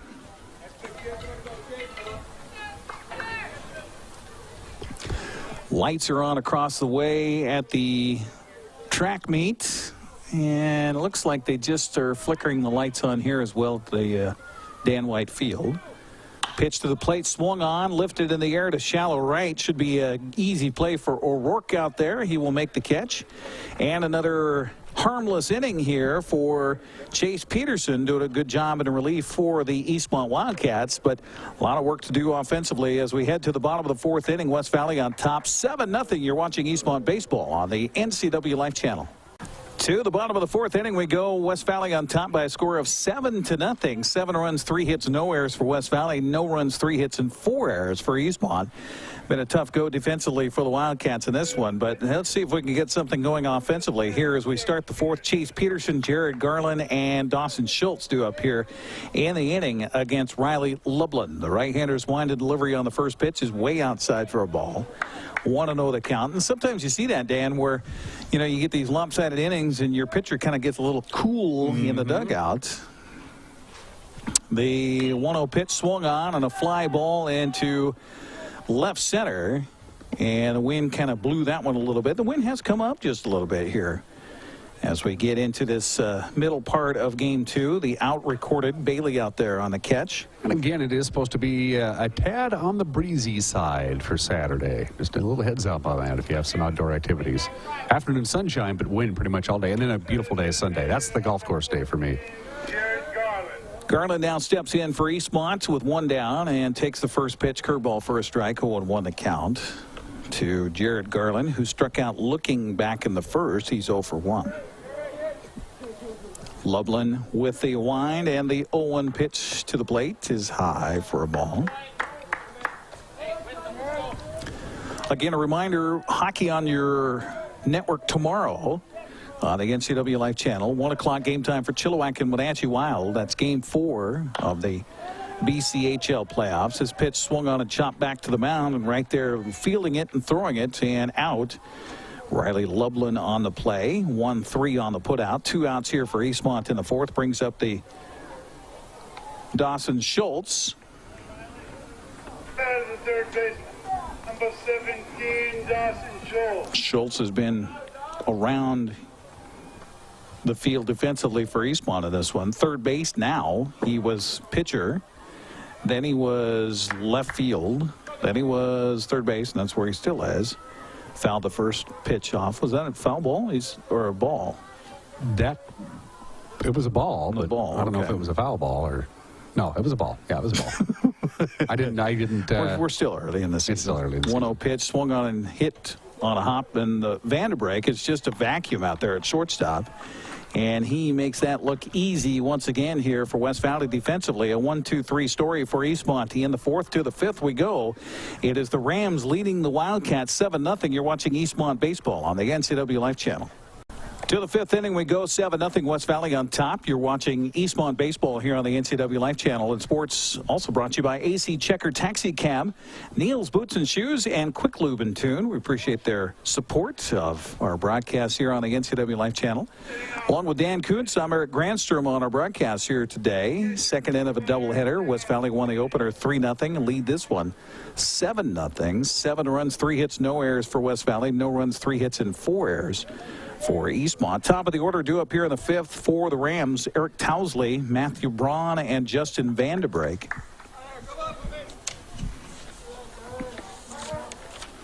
To face Chase Peterson on the mound for Eastmont. He's at least given Eastmont their most consistent performance so far. He's kept Eastmont in this game. When it got to 7-0, it looked like this could be just a runaway, but he's bared down. West Valley hasn't scored the last couple of innings. Yeah, working his third inning of relief here for Eastmont and kept them off the scoreboard. This pitch swung on and lifted in the air to right field. Is going to drop down for a base hit in front of O'Rourke out there. The tip of the bat came out. Pitcher's picking it up. I think that's the end of the aluminum bat. Did you see that? I didn't see that. Yes, that was that strange little sound that you saw. It came out towards the pitcher's mound. It was a ring-looking thing, kind of like a tuna fish can. I think it was. So that cupped end of the aluminum bat. Yeah, that's what I think it was. That bat is now garbage, or a fungo bat, if you will. Most kids nowadays, especially serious high school baseball players, they buy their own bat now. It becomes part of the family. They don't let anybody else play with it. Do they name it? Good point. I don't know. 0-1 the count here to Matthew Braun with 1 on, nobody down here in the fifth for West Valley. What was it, Wonder Stick? What was the... Oh, yeah, what was it from the Natural? The Natural. Wonder... It was Wonder something. 0-1 the count, the toss over to the bag at first, not in time to get Eric Towsley.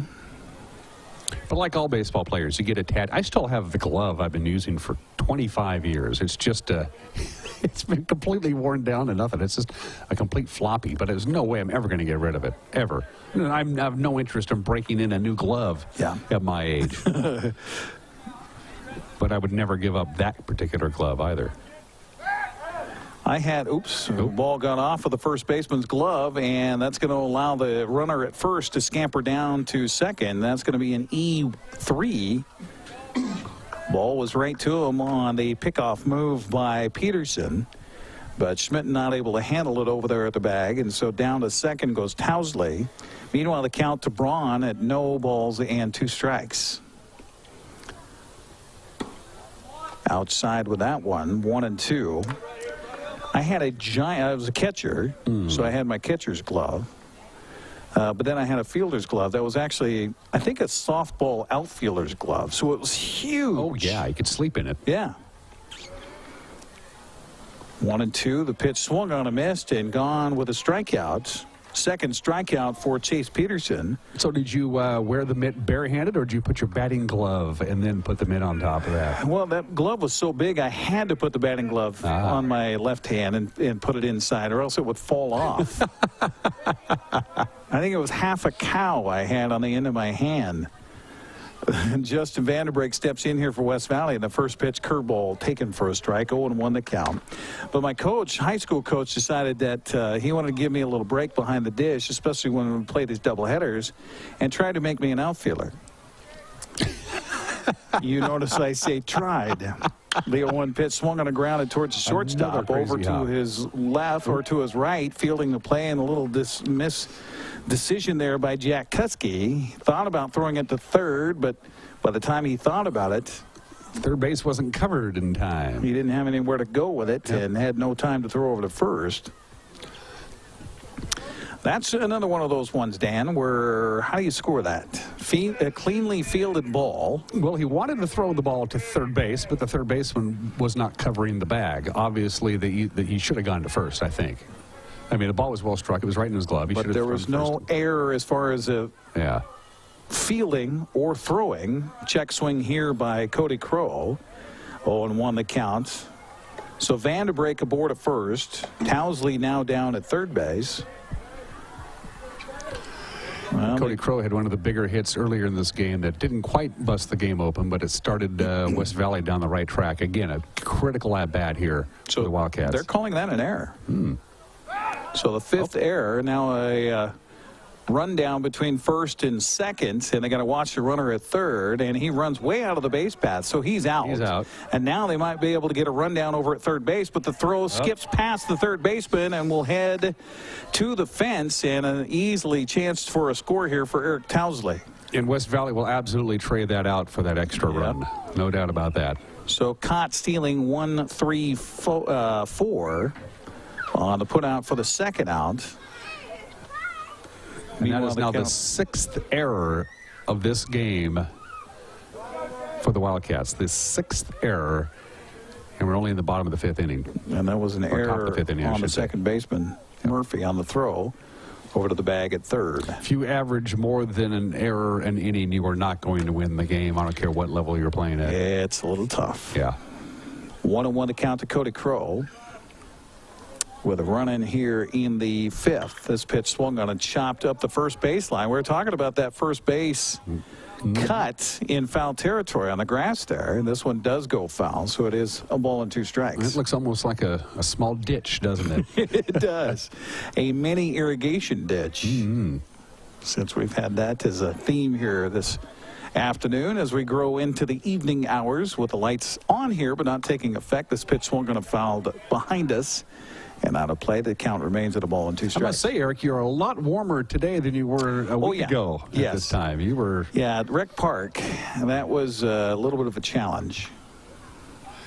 It was a chilly night indeed. It was.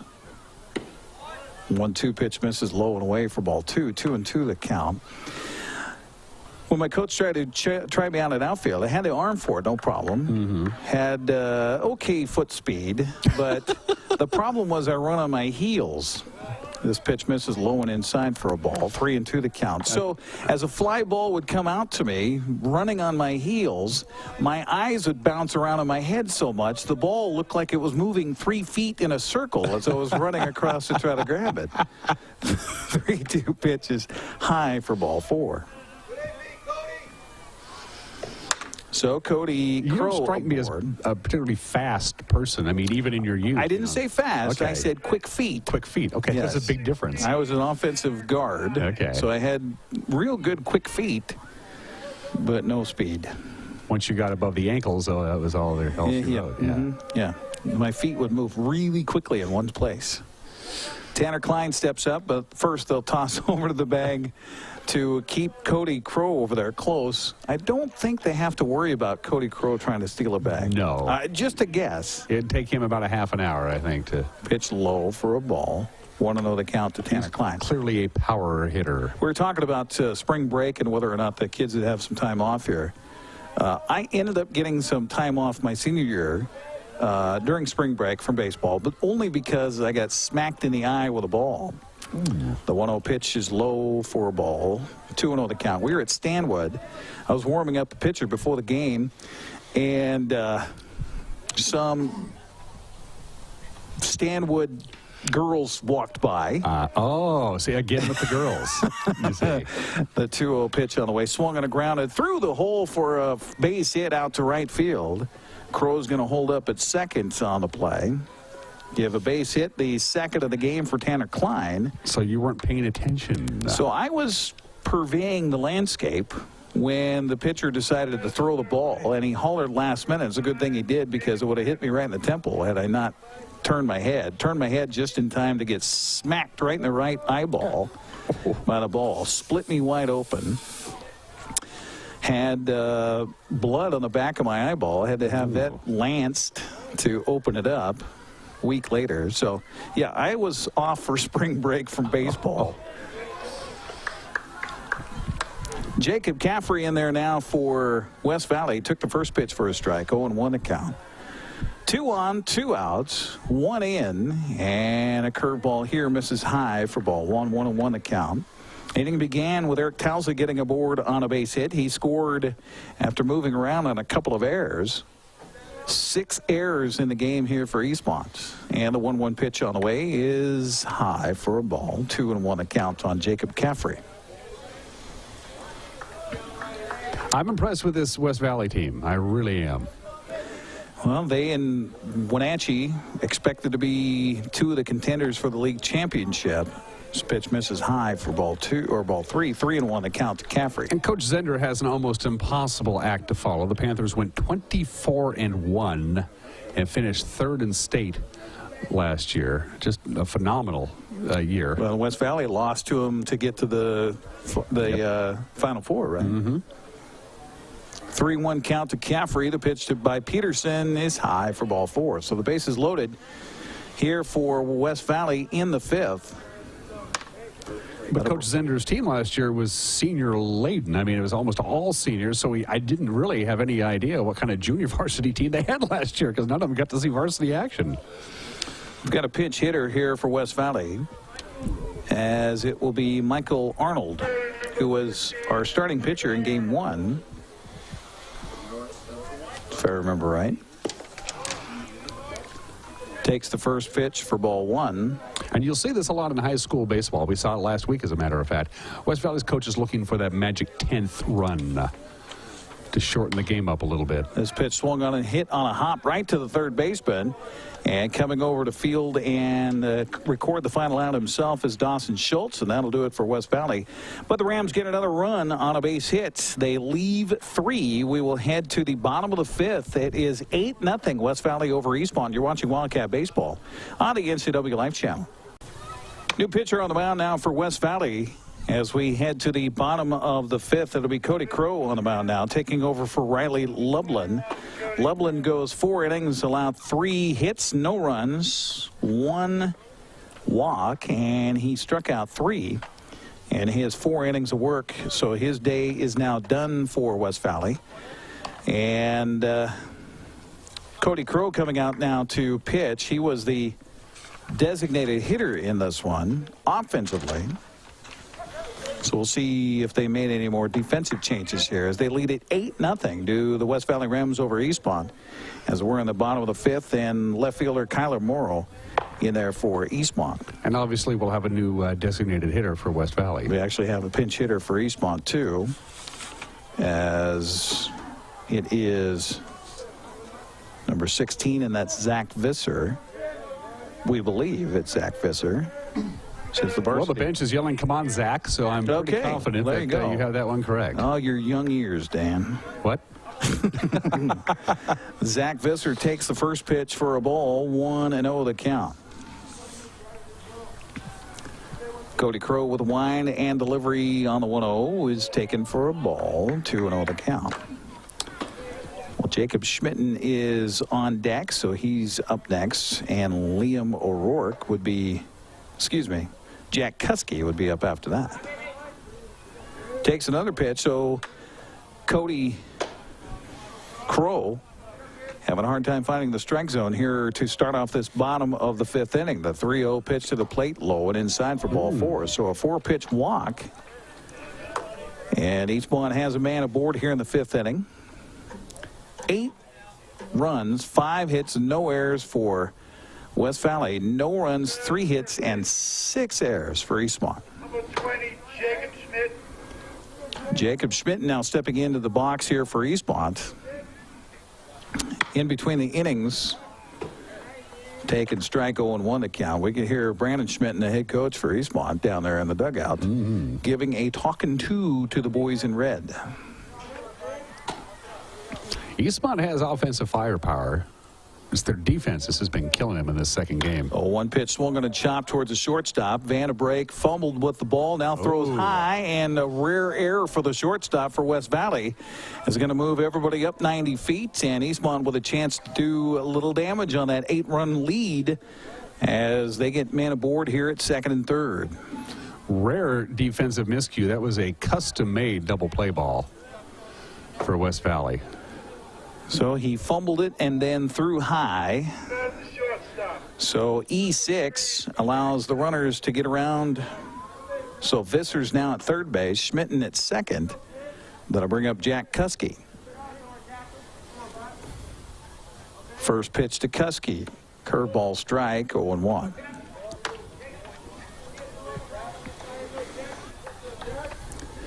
Wenatchee Wild fans, a reminder, we've got all 4 games of that series with Chilliwack coming up Sunday starting at noon right here on the NCAA Life Channel. We'll be back with live sports next Friday with soccer here at Eastmont. Grounder to the first baseman, gets past him, took an ugly hop. That's going to score 2 runs. And Eastmont cracks the board here with nobody out in the 5th inning. It's now 8-2. The new pitcher for West Valley, Mr. Crow, kind of serving him right over the plate there. I don't see a lot of speed, don't see a lot of motion in his pitches. Just kind of, I don't want to say lobbying it up there, but he's certainly serving up some pretty fat pitches. Of course, he gave up that walk on 4 straight, and he kind of got conservative and just said, I'll just see if I can find the plate. I think they're going to call that a hit. I thought I was giving an error to the first baseman on that one. That was a well-hit ball, Eric. Okay. I got to agree with him on that. Well, that ball was struck hard. All right. So I believe that's a 2-run hit. single for Jack Kuski.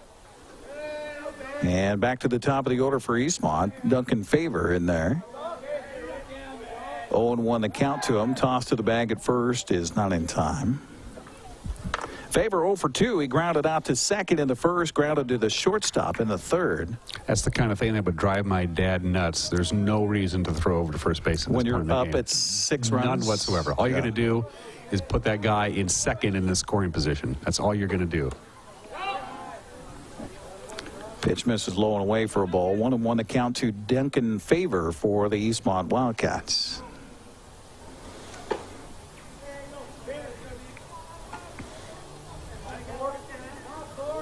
Little breeze blowing from center to right here at Eastmont's Dan White Field. This pitch misses low and away for ball 2. So Eastmont 2 runs in, nobody out here in the 5th. Trying to get back in this one. Trail it now 8-2. Cody Crow sets, and the 2-1 pitch on the way to the plate. Swung on and grounded to the gap between first and second. Second baseman over fields and throws, and just in time, Frula is able to negotiate the territory out there, get the out on Favor. Meanwhile, down to second goes Jack Kuski. One down brings up second baseman Thomas Murphy. Umpire talking some mechanics there on the rubber. Apparently a problem there with the dirt. Not sure. I think maybe Clark Wright telling Cody Crow he's got to make sure he keep contact with the rubber with his right foot. And Tom Seaver never did. Yeah, that's true. Of course, he was Tom Seaver, so. Look back at the bag at second. The pitch to the plate is in for a strike to Thomas Murphy. 0-1 the count. Interestingly, we're talking about that World Series Classic game from 1981. The starting pitcher for the New York Yankees, I think it was Game 6. I want to say Tommy John. Tommy John. Yeah. Yes. Only known now for his surgery, but a great pitcher. 0-1 pitch. And he pitched forever. Low. 1-1 the count. Thanks to surgery that first time they used a cadaver. Groundbreaking surgery. And how risky is that? You think about that back then.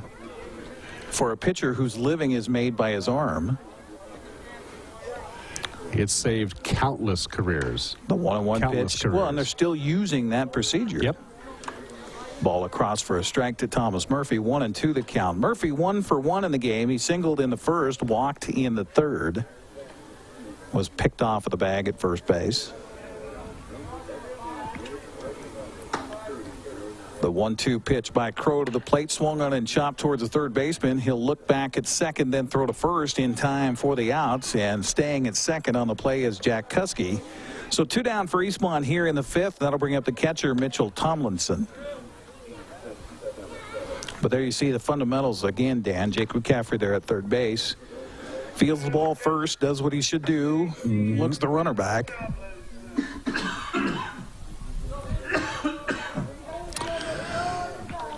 So Mitchell Tomlinson's going to see if they can keep this inning alive for the Wildcats.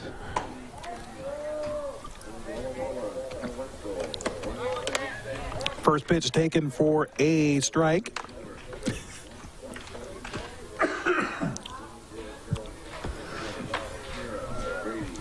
Oh, and the one that count to Tomlinson, who is 1 for 2 in the game. Excuse me. Spring.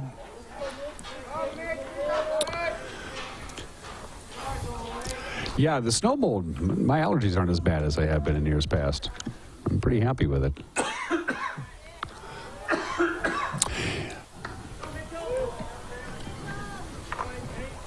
Tomlinson took the second pitch for a ball.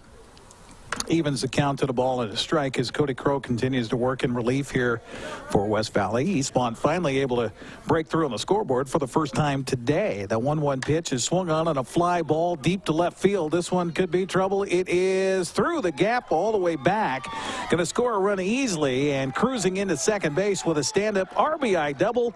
Mitchell Tomlinson. It is 8-3. Chip away, chip away, chip away. Here comes a courtesy runner in for the Wildcats. Coming out to run will be Kaylor Cannon for Mitchell Tomlinson. So Cannon to run out there. Nice job of hitting with 2 outs for Tomlinson.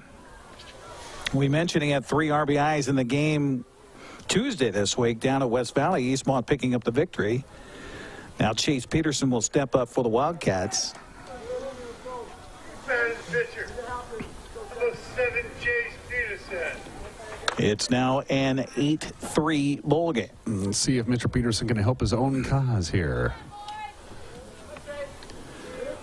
Runner in scoring position out at second base. His team in the game. Yeah, he has. Good pitching. Now he can help out with the bat. Gave up just a run in relief so far. The pitch is a strike. 0-1 the count. Again, Mr. Crow, who is pitching now for West Valley, started out this game as a designated hitter, and now he's moved over to the mound. But his pitching is he just seems to be basically lobbing the ball over the plate and inviting the Wildcats to smack it. Well, you get a defense the way they do. That's true. Put the ball in play and make your defense help you out. The 0-1 pitch here is a check swing strike, and the count 0-2. Now that had some heat. That did. That looks like the kind of pitch a kid built like that's going to throw more often than not. Peterson 0 for 2 in the game. Struck out in the first, flew out to center in the fourth. 3 runs in for Eastmont here, making it a little closer. 8-3 our score. As Cannon out there running for Tomlinson takes a short lead. The 0-2 pitch high and inside for a ball. 1-2 the count on Chase Peterson. Once again, thanks to our friends at AC Checker Taxi Cab, Neil's Boots and Shoes, and Quick Lube and Tune for bringing tonight's action to you on the NCW Live channel. You do that so well, Dan. It's like you've done that I've done it before, yeah. The 1-2 pitch is a fastball swung on a miss, and behind that one was Chase Peterson, and that's the final out of the inning. But not before Eastmont gets 3 runs on 2 hits and air and a 1-man left. We'll head to the 6th inning of play. West Valley on top 8-3. You're watching Eastmont Baseball on the NCW Life channel. Well, some defensive changes here for the Eastmont Wildcats. Kyler Morrow is now taking over on the mound for Eastmont, the 4th pitcher of the ball game for the Wildcats. And give credit to Chase Peterson, who now goes back out to center field.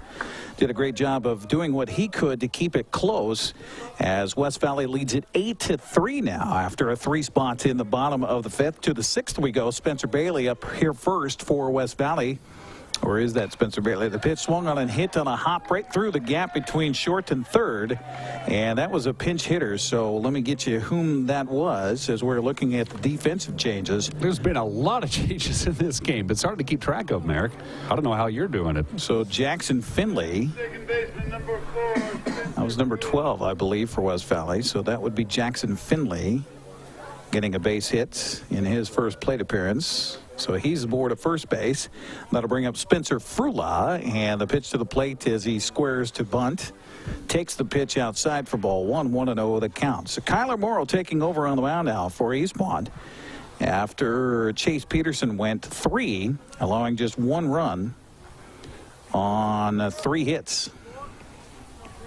In relief for Eastmont. Pitch to the plate again, squaring to bunt was Frula, and the count runs to 2-0 on the second baseman for West Valley. Rams on top 8-3, but I'm sure that Coach Ryan Frula knows that high school baseball. Anything can happen, and it seems can happen pretty quickly. Takes We've a pitch seen for it many ball. times. 2-1 the count now on Spencer Frula. I think we're seeing a lot of defensive changes and pinch runners and courtesy runners and pinch hitters and everything. Again, there's no baseball next week for these teams. Everybody's on spring break, so there's no games to be played. Just a few practices here and there. Runner from first goes. The pitch is a line drive back to the pitcher. Knocks it down. Nice job. And he'll toss over to the bag at first. Meanwhile, Jackson Finley heads down to second base on the play. So 1-3 on the putout at first. That sounded almost like a wooden bat, didn't it? It did. The way it came off. It did. Well, we had a bat come apart Yeah. for WestValley in this one already. Back to the top of the order for Eric Tousley, who is 1 for 3 in the game so far, has scored 2 of the 8 runs. And the delivery to the plate is in there for a strike. 0-1 to count here in the 6th. Kyler Morrow, good job of knocking that ball down on a line drive right back to him. Thought maybe he was going to be able to squeeze that and get a double play out of it. The 0-1 pitch on the way to Tousley. Low. Nice stop by Tomlinson. Evens the count at 1 ball and 1 strike. You can head to our website, ncwlife.com. You can stream the games there. All of our broadcasts, in fact, you can stream on the web at ncwlife.com. This pitch is a curveball missing inside for ball 2, 2-1 the count. That's also where you can get to our complete broadcast schedule for sports this spring. As you'll see, we cover baseball, obviously, lacrosse, and soccer right here on the NCW Life channel.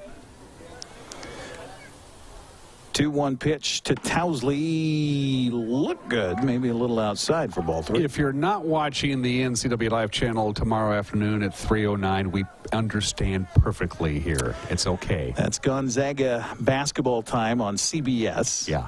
We'll give credit to the network that has the NCAA Final Four. Which is a registered trademark of the National Collegiate Athletic Association. So, yeah, if you're not watching the NCW Live channel tomorrow, We understand. we understand. It's at least at 3 o'clock. You Yeah. can watch Wild Hockey at 1. There you 1 go. to 3, and then switch over to Gonzaga basketball. And, of course, Gonzaga gets the matinee. Right. Right. Right. So, which I prefer. So I want that game to be played first, and they are. I would love a Gonzaga-Oregon game, wouldn't I? Oh, wouldn't that be fantastic? something? Except for my insufferable Oregon fan friends. Yeah, but you know what? The same is said for Husky fans. That's true. That's true. Well, a walk given up to Tousley brings up Matthew Braun with 2 on and 1 down. And the first pitch here taken for a strike. 0-1 the count to Braun, who is 0 for 3 in the game so far. Has scored a couple of runs, getting aboard on a walk and an error. 0-1 the count to Matthew Braun, and a turnaround throw back to the bag at second. Pretty close play out there as Thomas Murphy came scooting in behind the runner out there. Jackson Finley. Finley gets back to the bag in time. They figure maybe a JV player out there. Maybe you catch him napping. 0-1 count to Braun. This pitch swung on and lifted. That's going to be a tough play for the shortstop. He fields and throws, and it is skipping off the glove of the first baseman, Jack Kutsky. He's had a tough time at shortstop. That was a tough ball no matter what. And even with a clean throw over there to first base, I don't know if he's going to get that run. No, that ball had a lot of strange action on it, didn't it? Had a lot of backspin. And now a critical at-bat. This is their best hitter. This is their number 3 hitter, Eric. And with the bases loaded and 1 out, this is a huge at-bat for the Wildcats right now. Justin Vanderbreak stepping in here for WestValley in an 8-3 ball game. He swings at the first pitch, trying to jump on it, and fouls it away on the third base side. 0-1 to count. Eastmont's chipped away. They got their 3 runs. Now they get a whole pad here and asking Kyler Morrow to hang on here. Gave up a base hit to Jackson Finley to start the inning. And then Spencer Frula with a line drive back to the mound. The 0-1 pitch here swung on a fly ball to shallow right center. Center fielder long run diving, can't get to it. The ball's going to drop in for a hit. The run's going to score. And it's now 9-3 WestValley. That was in no man's land. That was a tough play. If there's any good news for Eastmont there, the runners had a hold to find out if the ball was being caught. So that limited the damage. So Finley comes home and scores on the play. Towsley moves up to third base. Braun to second. RBI single for Vanderbeek, and Cody Crow now steps up, the new pitcher for West Valley. Curveball's taken a little low for ball one, 1-0 the count. Cody Crow 1 for 2 in the game with a 2-run single. He's walked twice and scored a run. Morrow ready, and here comes the 1-0 pitch on the way to the plate. Is a little high for ball 2.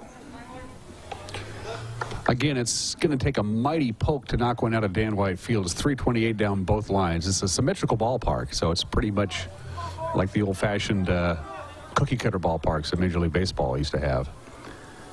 The 2-0 pitch on the way to the plate is low and inside for ball 3, so now he's got no room left here to wiggle, does Kyler Morrow.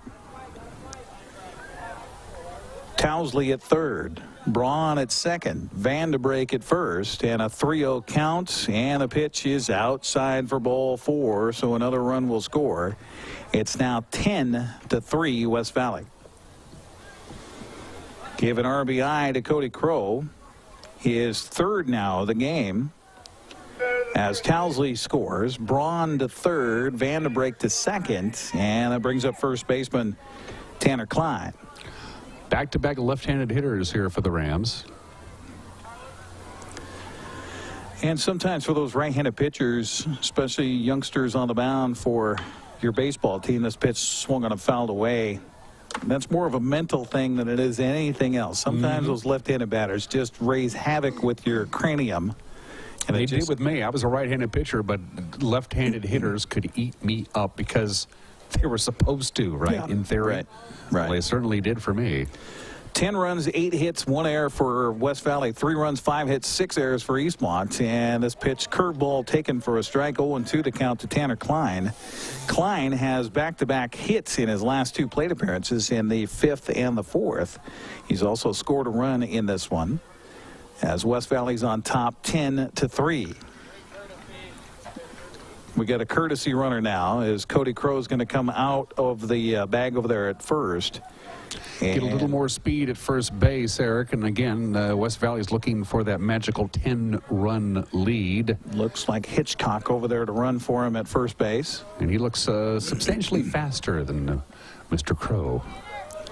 Now, don't assume just on body style over there.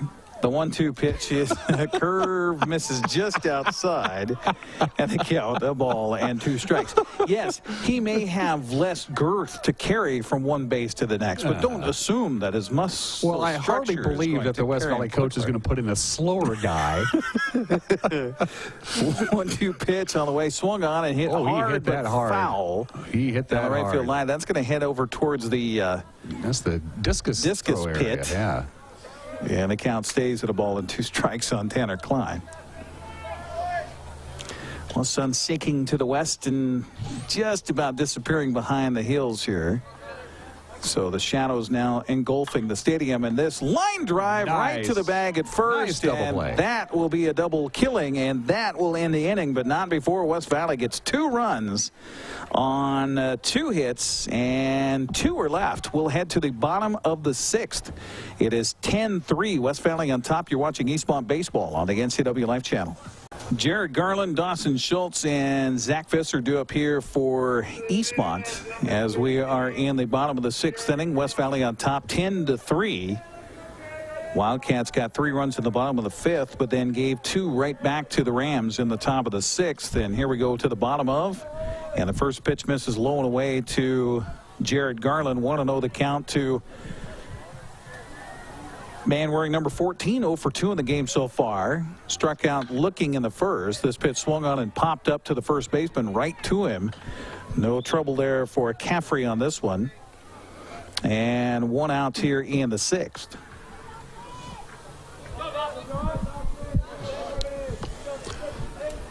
That'll bring up the third baseman for Eastmont, Dawson Schultz. Schultz is 0 for 2, a couple of groundouts in this one. Pitch swung on a miss. Boy, you're talking about How Cody Crow looks like he could throw the ball with a little heat, a little velocity. He did right there. I wonder if his coach told him, okay, no more goofing off. No more serving up batting practice out there. The 0-1 pitch to the plate is a curve in for a strike, and a count quickly 0-2 on Schultz. I'm assuming pitch counts with no games next week is really not an issue. No. You know, everybody hits Control-Alt-Delete when they take to the diamond again next week. Brandon Schmitten asking the home plate umpire. Once again, I wonder if it's an issue with his right foot, making sure it's staying on the rubber. 0-2 pitch is swung on and fouled at the plate, so Schultz stays alive. That's why you see Brandon Schmitten coming clear down out of that coach's box that doesn't exist right now. Non-existent coach's box. Looking at the foot on the rubber for the pitcher out there. They pitch to the plate, swung on and hit hard past the second baseman into center field for a base hit. So a one-out single for Dawson Schultz, and that'll bring up Kyler Morrill. So interestingly, Zach Visser came in and hit for Morrill in the last plate appearance in the fifth, but now Morrill in to hit for himself. I hope nobody uses this score sheet for anything more than fire starter once we're all said and done, because it's an ugly mess. That looks like a I don't know what your it looks like my pen broke is what it looks like. It's like a Rorsch ink blot test is what that looks like. So Kyler Morrill in there for himself, and a toss to the bag at first, not in time, as Dawson Schultz gets back to the bag. Things got a little chillier there for you, Dan. Yeah, thanks to Lonnie for bringing me my sweatshirt. I appreciate it, Lonnie. In return, I will no longer flirt with your wife. 1-on-1 out here for Eastmont, and a strike taken to Kyler Morrill. 0-1 to count to the new pitcher now for the Eastmont Wildcats. Unless things get completely out of hand, I think we're done with pitching changes for this game for both teams, I would assume. You said something now. Foul at the plate, and the count goes to 0-2 on Morrill. Well, Eastmont is certainly not out of this game. I know it's 10-3 and it's late in the game, but Eastmont still has a very good chance of winning this. Just, you know, a couple of base runners, base hit, couple of base runners, base hit. Well, with high school sports, it doesn't matter what the sport is. You know, that old momentum is a big thing when you got 15, 16, 17-year-olds, and that's a line drive right off the pitcher's leg, and there's no chance for anybody to get over to the bag at first, and just like that, Eastmont back-to-back base hits. And there we go. And here comes West Valley's coach to take a look-see. I thought that, yeah, hit him right in the right thigh. More than he's smiling. He's got a smile on his face, so. You just mentioned that there will be no pitching changes. It should be pointed out that, of course, is his power leg. That's the leg he's pushing off of. So we'll see if he can give him a couple of light tosses just to see if he can. Certainly, if he asks for it, the umpire is going to give him permission to throw a couple just to see if he can push off his leg. But he doesn't seem interested. God, tough kids. Yeah. I don't recall being that tough when I was 17 and 18. But you also didn't have a 15-pound honey ham strapped to your leg either. That's true. Jacob Schmidt now into the box here for Eastmont. Takes the first pitch for a strike, 0-1 to count. If that would have hit you in the thigh, it would have hit bone. Yeah. That's all there is to it. And I can say that about a honey ham because I've got two strapped, now six strapped to my body in certain places. So 0-1 the count to Schmitten here with 2 on for Eastmont. 1 down here in the 6th, and a swing and a miss. That was an off-speed pitch. 0-2 the count to Schmitten. I think he started to swing at that before Mr. Crow had released the ball. Runner at second is Dawson Schultz. Runner at first, Kyler Morrill. 0-2 the count on Jacob Schmitten. He's 0 for 2 in the game so far. Looking for his first hit of the day. The pitch to him swung on and missed. The ball got away from the catcher and out with a runner at first base. Yet another off-speed pitch, too. Schmitten. He looked overmatched on that at-bat, didn't he? He did. Kind of guessing there, not seeing the ball and swinging where the ball is, just kind of guessing. So 2 outs here in the 6th for Eastmont, and that'll bring up Jack Kuski.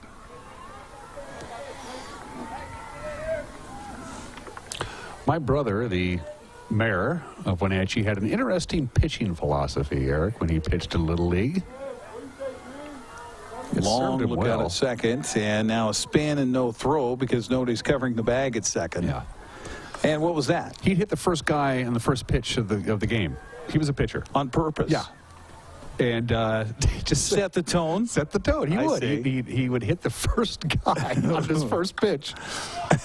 And when you're in Little League, that's a pretty intimidating little thing. I think we just got the record. Was that the record? That is. I think we that's have the record for a number of balls that have gone into the irrigation ditch behind the first base dugout. We'll be issuing a commemorative plaque here next week to hang at Dan White Field.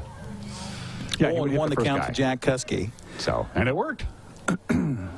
There were kids who wouldn't even want to get in the batter's box, and he was pitching. Turn and a look back at second again. Kind of a fruitless effort. Yeah, they're considering that not either second or shortstop is doing anything about the guy at second base right now in a 10-3 ball game. Mm-hmm. He's not going to hit a 7-run home run. You got to worry about the guy who's at first, who's at the plate. The base runners mean nothing to you if you're the pitcher right now. 0-1 the count, 2 outs, 2 on for Eastmont, trying to get back close again to West Valley, and this curveball misses for a ball.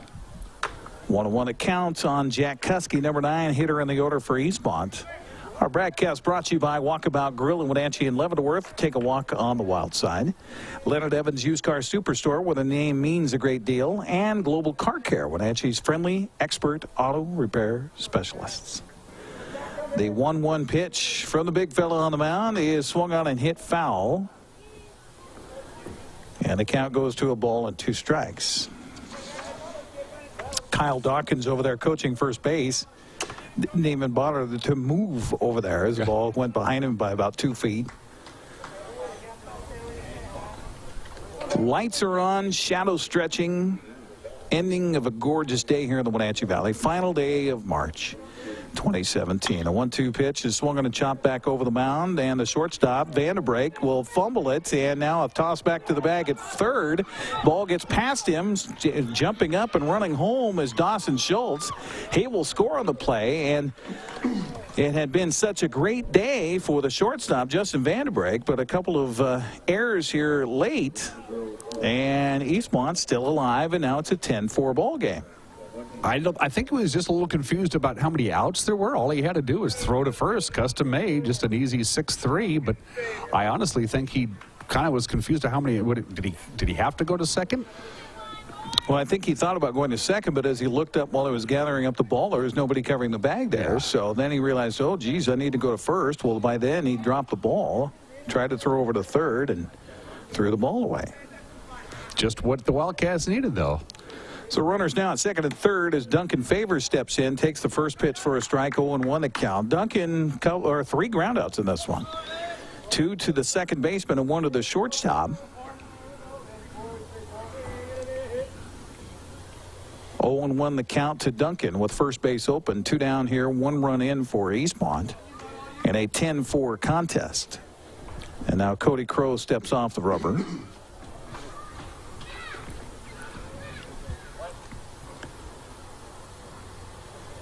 Duncan Favor chewing mightily on that piece of gum there as he's in the left-handed batter's box, and the 0-1 pitch to him swung on and lifted into center field. This one might drop down. It is caught out there by the center fielder, Bailey. Oh my, that is a web gem for sure, and that saved 2 runs. Yeah. As we will head to the 7th inning of play. How about that play? We'll take a break and come back. 10-4 the score. West Valley on top of Eastmont. You're watching Wildcat Baseball on the NCW Life Channel. To the 7th inning we go, and 10-4 the score. West Valley on top.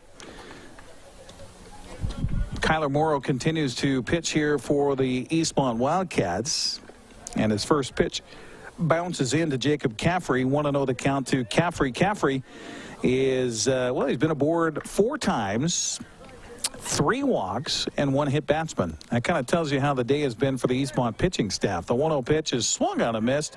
It was way out in front of that one. The count evens at 1 ball and 1 strike. Along with Dan Kuntz, Eric Granstrom with you.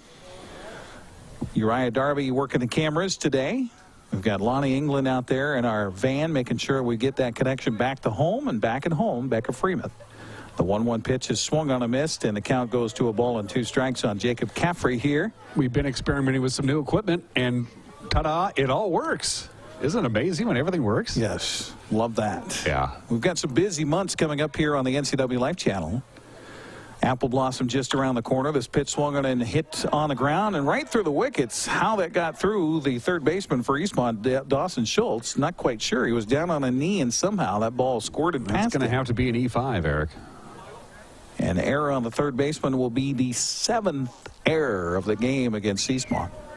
So it's the 7th inning. I got to ask you about tomorrow, and I got to ask you about Monday. Does Gonzaga take it all? I mean, from a professional standpoint, I know we all like to, but you think they will? You think they have it? I think they do have it. I think they showed that all season long. This pitch ripped in the left field on the first pitch to Michael Arnold, and a base hit puts runners at first and second here for West Valley, and that'll bring up, well, Jackson Finley possibly. We'll see who it is here. It is a man wearing number 12, and that would be Jackson Finley. So Finley's still in there. He had a base hit in his first plate appearance as a pinch hitter for Spencer Bailey. So Finley steps up with runners at first and second, nobody out in a 10-4 contest, and the pitch to the plate is a curve in for a strike, 0-1 the count, as he feigned a bunt there for West Valley. But Gonzaga showed it throughout the season. I mean, a lot of people, kind of pick on their schedule. Hey, they had to play some pretty tough teams back when the season first started. I mean, they knocked off Arizona early season. Those pitches low. Oh, they are 100% legit, and they have everything you'd want to see in a national championship team. It's a senior team. And they've got outside shooting. They've got guard play. They've got big men down low. They've got, the ability to shoot from outside. They got the ability to drive. They play some really good defense. And this is something that Gonzaga necessarily hasn't had, as the runners move up on a pitch in the dirt. So the wild pitch moves the runners up 90 feet. And perhaps most importantly, they win when they're not playing their best. Yes. And they already had that game. That game came earlier in the tournament. Mm-hmm. The Northwestern game comes to mind. Right. And they've like all the other teams for Gonzaga that have come to the Sweet 16 or the Elite 8, they have probably the best defensive squad they've had. Yeah. In any of these tournament runs. That's what Dan Dickhouse said the other day on ESPN. He said it's the defense that's made the big difference. Mm-hmm. And the fact that they're finally in. They're finally in the Final Four. Yeah. I think they're going to do it. 1-2 pitch to the plate, swung on and popped up in shallow right center. Tough play. It's going to drop in for a base hit. The run's going to score. The right fielder O'Rourke comes up with a baseball, but that just falls in no man's land. It's been kind of that day for the Eastmont Wildcats. Give an RBI to Jackson Finley on the bloop single as Caffrey comes home to score on the play. Arnold winds up down at third base, and that'll bring up the second baseman, Spencer Frula. Frula looking for his first hit of the day. It's now 11-4, West Valley on top. Pitch to the plate, way outside, and a snap throw down to first. Dangerous throw down there, but a nice job by Schmitten to come off the bag and field it. And the count 1-0 on Spencer Frula. There are no cheap outs with this West Valley team. No, they're going to make you absolutely work for every single one. The 1-0 pitch to the plate, swung on a fly ball to center field. Back a couple of steps and to his left is Peterson. Makes the catch for the out, and another run's going to score. It's now 12-4, West Valley on top. So a sac fly for Frula and an RBI. 2 down here for West Valley. No, 1 out, I should say. Little coaching moment there for West Valley. The runner tagged up and had scored easily, but he slid into home plate, which was not necessary. And that is the next batter's responsibility. Yeah. The batter who is on deck needs to tell the runner coming in from third whether he needs to slide or not, and he did not. Pitch to Towsley goes way outside all the way to the backstop, and Tomlinson frustratingly grabs that and snaps a throw back to his pitcher, Kyler Morrow. It's been a long day for Tomlinson back behind the plate, especially in this game, as it's now 12-4. And as a catcher, you know how fatiguing that position can be. Towsley has scored 3 times in this one, and the 1-0 pitch is high for a ball. 2-0 the count. This is the 6th time to the plate for Eric Towsley. How can you even read your scorecard with all of the lineup changes and courtesy runners and pitchers? I'm getting there. Don't expect to be able to read my notes on finding the breadcrumbs. This pitch taken for a strike. 2-1 the count on Eric Towsley. I got lucky. I learned to score on the really big binding Glover books. You remember the really big ones? Yeah, absolutely. That could go forever. Mm-hmm. They were the size of a tablecloth. Well, yeah, I was going to say, you could crawl up inside and take a nap. This pitch swung on and hit to right field for a base hit. And so the inning continues here for West Valley as Eric Towsley gets aboard on his 2nd hit of this game. The storyline for this year's Final Four tomorrow is so fantastic. You have Gonzaga, who's knocked on the door for a million years and finally gets in. You have South Carolina, who wasn't even on the basketball map, making their first appearance in the Final Four. You have Oregon, who won the first ever NCAA tournament title in 1939 and then fell off the edge of the earth. And then you have North Carolina making their record 20th Final Four appearance. Of course, they were the runner-up last year. Nobody's talking about Carolina. No. It was the team that lost the national championship last year to Villanova on a last-second shot.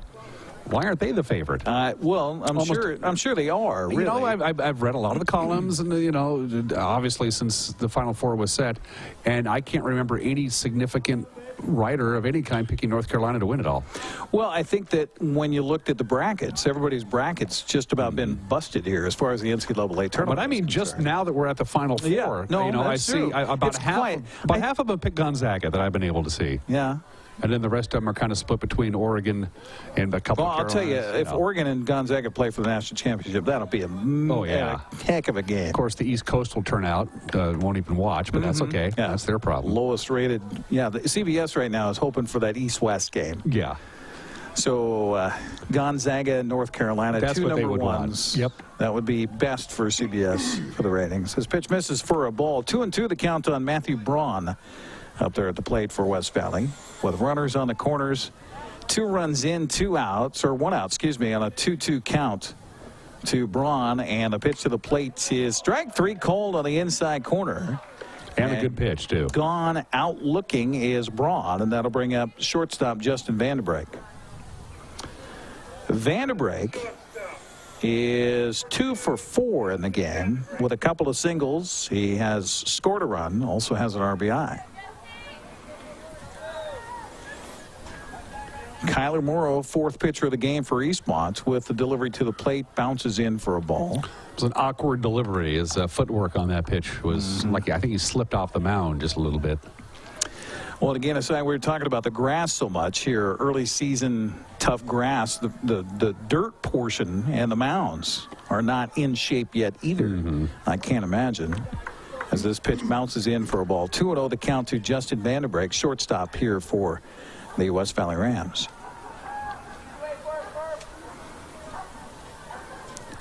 .20 pitch misses high for ball 3.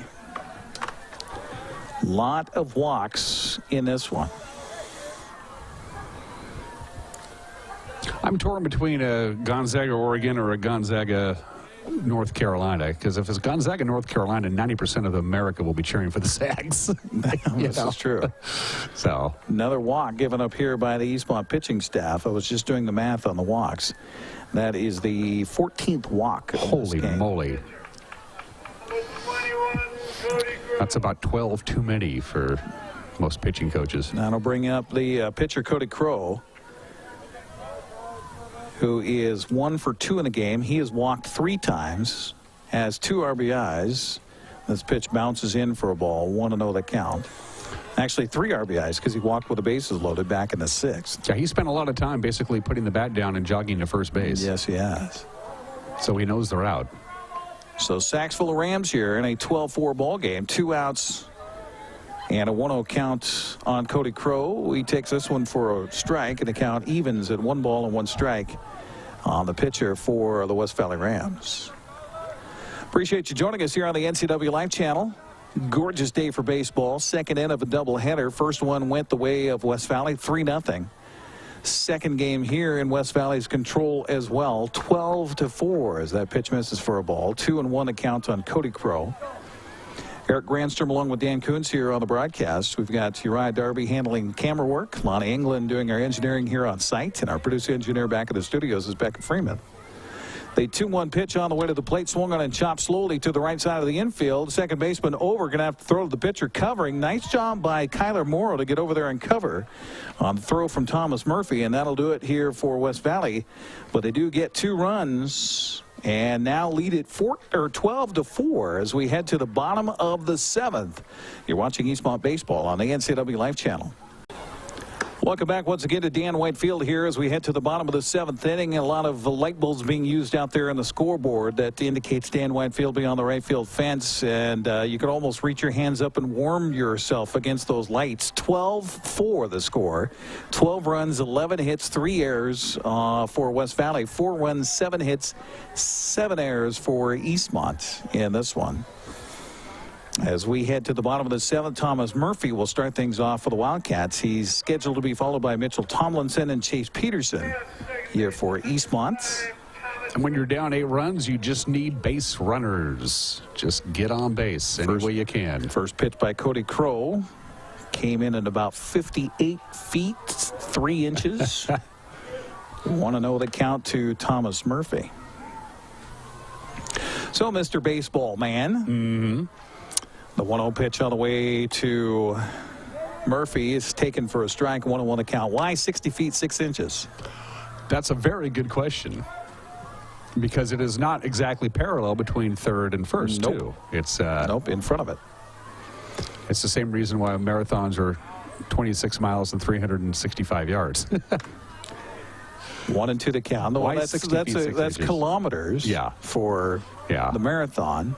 So you do the math on that conversion. Right. Well, it's the extra 365 yards because that's 1 lap around a track. So they could finish the marathon in front of the Queen. 1-2 pitch is swung on a Did you know foul, and that kept it the way it is. That's it. Yes, Yes, we have the record. It's in the irrigation ditch. For balls into the irrigation ditch here. Yes, it's come to that. Dan White Field. No, that's actually why marathons are run at that particular length now. So they could finish the marathon at the London Olympics in like 1908 in front of the Queen's box. So they would actually ran into the stadium and did the final lap to wrap up the marathon in the stadium, and it's been that way ever since. All right. 60 feet 6 inches. I have not the first clue. I'll find out. Where they settled in on that one. Although one of my favorite 2-2 pitch swung on and chopped slowly. There's going to be trouble for the third baseman. He can't get it. And the infield single for Thomas Murphy. And you said it, Dan. How does Eastmont come back in this one? Well, you get a base runner aboard, and they do. Base runner, yep. Here to start off the 7th. That brings up the catcher, Mitchell Tomlinson. Tomlinson 2 for 3 with an RBI double in his last plate appearance on a well-struck ball into the gap between left and center. And that was off the man who's on the mound right now, Cody Crow. Runner at first with a lead, and the pitch taken for a ball. 1-0 the count. So there's your homework. Okay, I'll look that up. 60 feet 6 inches. Why? And you notice the mound is not. The mound area is circular. Yes. But the rubber on the mound is actually towards the back side of the mound. Yes. So it is past center.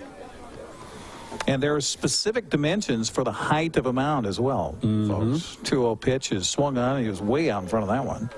Count goes to 2-1. The great John Lowenstein, they asked him, if you were the baseball commissioner, what would you do? He said, the first thing I do is I move first base back 1 step to eliminate all the close plays. I always enjoyed that. That's fantastic. Yeah. This pitch swung on and fouled away on the first base side, and that also might find the irrigation canal. I can see the headline in the Wenatchee World tomorrow, irrigation canal opening delayed by a week because it's full of baseballs. Yeah, the ditch riders have a little extra work to do. Toss over the bag at first. And if you missed our conversation earlier, Steve Hare and J.C. Beck went up and filmed the Wenatchee irrigation people cleaning out the ditch, getting ready to turn it on. He'll have that story for you on Monday.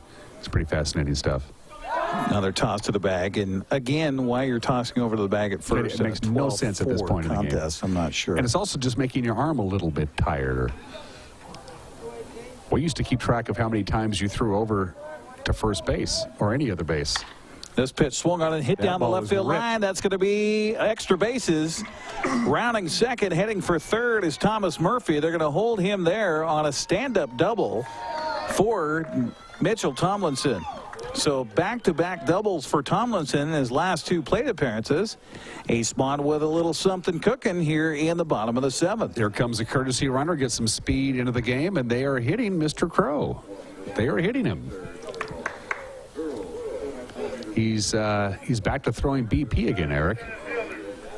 So coming in to run is again Cannon, I believe, out there at second base. It is. Mm-hmm. And that brings up Chase Peterson. Yeah, the first pitch to Peterson is a check swing. He did not go around. Takes it low for ball 1. Trying to see here. I looked it up real quick online. See if I you're can, trying to see why it's 60 see if I can do inches? the 60 feet 6 inch answer for you here. Mentioned something 1888 here. Pitch taken for a strike, 1-1 the count. I think the answer is because I said so. So in 1888, overhand pitching was allowed for the first time, and that gave the pitchers a big advantage since they were throwing a lot harder at a 50-foot distance. To balance the pitchers and batters, National League voted 9-2 on March 7th, 1893 to move the pitcher back to the current distance of 60 feet 6 inches. Prior to 1888, pitchers were just 50 feet from the batter, but this was balanced by the requirement to pitch underhanded. But still, why 60 feet 6 inches is the key? I think, well, let's continue to read here. Oh. Meanwhile, it's a 1-2 Meanwhile, count. there's a baseball game. Yeah, Chase Peterson at the plate here for Eastmont.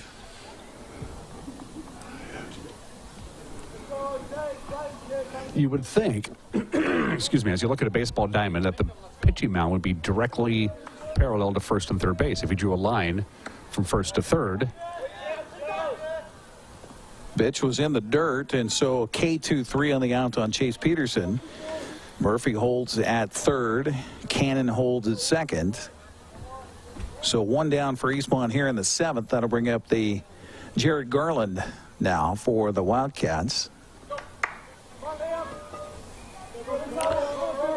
And again, he just has to remember you can't hit an 8-run home run right now. Just put the ball in play, advance the runners, score a run, get the next guy up. In this answer, it doesn't tell me why exactly moving it back from 50 feet, another 10 feet 6 inches. I think they did that just to perplex you and I. They did. March 31st, They 2017. did, yes. 0-1 the count to Garland. Runners at second and third with 1 down here. And the pitch swung on a foul back into the screen behind home plate. 0-2 the count on Jared Garland. Dawson Schultz hoping for a shot. Waiting on deck here for Eastmont.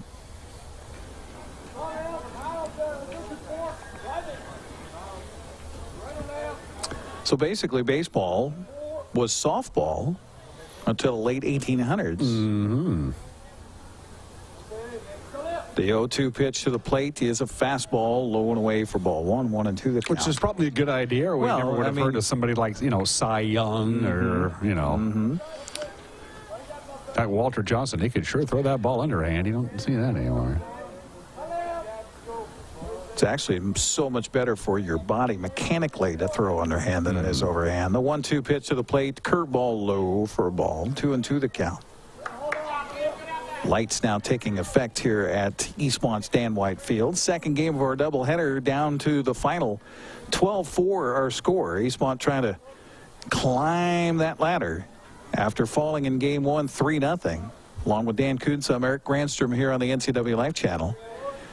As Cody Crow pitches in relief for West Valley, the 2-2 pitch swung on him, fouled back and out of play, and the count stays at 2 balls and 2 strikes. The only game that I know of, as long as you have lights, there is no clock. That's true. There's no clock. Of course, it's also one of the few games where the defense has possession of the ball. Right.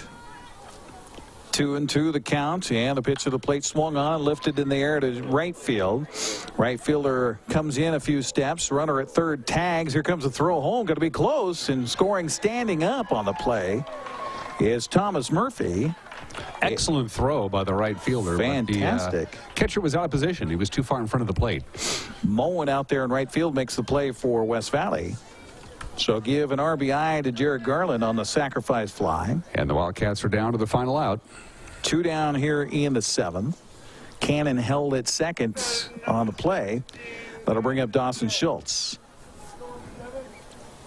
Schultz 1 for 3 in the ball game with a base hit and a run scored in the 6th. It's now 12-5 West Valley on top. This curveball in for a strike. 0-1 the count.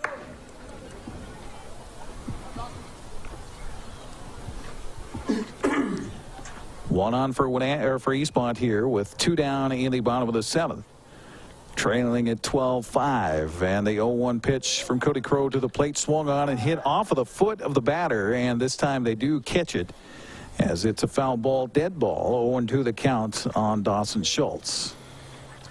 If you've never hit a ball off of your foot, I liken it to if you've got a 4-poster bed at home, picking up one corner of the bed as high as you possibly can and just dropping it on your toe. That's about right.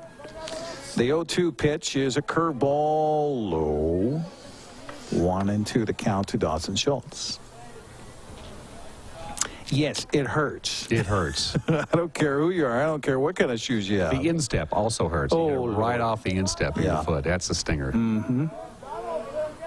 Well, imagine how much it hurts just to stub your toe on the chair. This pitch is in the dirt outside, and scampering down to third of the play is Cannon. Good aggressive running there. On a wild pitch, and the count even now to Schultz, 2 balls and 2 strikes. So here's a chance for Dawson. Pick up an RBI. Keep the game alive. 12 runs, 11 hits, 3 errors for West Valley. 5 runs, 9 hits, and 7 errors for Eastmont. Boy, you just take away even half the errors. Yeah, it's a different game. The 2-2 pitch to the plate swung on a fly ball to center field. This could do it. Spencer Bailey over to his left, and he will make the catch, and that will be the final out of the ball game as West Valley wins it by a score of 12-5 over Eastmont here tonight. So they get the sweep of the doubleheader, winning the first game by a score of 3-0. We'll take a break and come back and wrap it up here from Dan White Field. Again, West Valley with the win on both ends of the twin bill. We'll come back with a wrap up right after this timeout. Welcome back once again, one more time around here to Dan White Field at East Wenatchee as Eastmont falls in a doubleheader here today to West Valley. 3-0 in the opener, and then the wheels fell off 12-5 in the nightcap as the Eastmont pitching staff unofficially gave up 16 walks. In the second game of the twin bill here today, and 16 walks and 7 errors. You're never going to win a ball game if you have that going What sunk the Wildcats in that second game was that 5-run 5th inning for West Valley, because I think every run but 2 were unearned. By that time, it was 7-0. 5-run second inning, actually. 5-run second, that's right, 5-run second inning. And I think at that point, when it got to 7-0, we realized that I think every run except one was on an unearned run. Right. You dig yourself that kind of hole by making mistakes. Well, they had 7 runs on the board without a single hit. Without a single hit, yeah. That's just going to kill you. It just undermines your chances from the beginning. Give the Wildcats credit. They came back. They scored. They didn't give up. But today, I think in both games, the first and second game, they simply lost to a better team. I think West Valley is simply, at this point in the season, a better team than the Wildcats are. And like we said, one day does not do in your season. Nope. And so a lot of coaching moments for Brandon Schmitten, the head coach for the Eastmont Wildcats, out of this as they move forward on things that, you know, just like what I talked with the head coach for West Valley before the bowl game, Ryan Frula, their focus when they come into any contest, doesn't matter who they play, pitching and defense, pitching and defense, pitching and defense.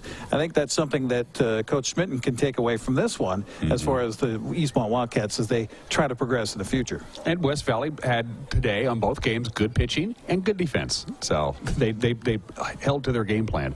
But both schools are now going into spring break, probably well-deserved. We all deserve a spring break because we haven't. And actually spring-like weather, which was gorgeous here today. Which we're actually doing. So I had a great time, Eric. Thanks for inviting me up there. Absolutely. Super-duper thanks to Lonnie England out there in the van. Who did just masterful job today. Yeah, so we have more sports coming up this weekend on the tape delay with the Wenatchee Wild tomorrow at noon, and then or 1 o'clock tomorrow, and then of course the big quadruple. We'll have the whole entire Mainland Division series with Chilliwack coming up Sunday at noon. We'll be back live with soccer coming up from Eastmont next Friday, and of course more baseball as the season progresses, and lacrosse as well right here on the NCW Life Channel. Thanks again to our whole broadcast crew today, to Dan Kuntz for joining me up here in the booth, along with Uriah Darby on cameras, to Lonnie England running the van, and to Tucker Wagner and Becca Freeman back in the studios, our producer engineers.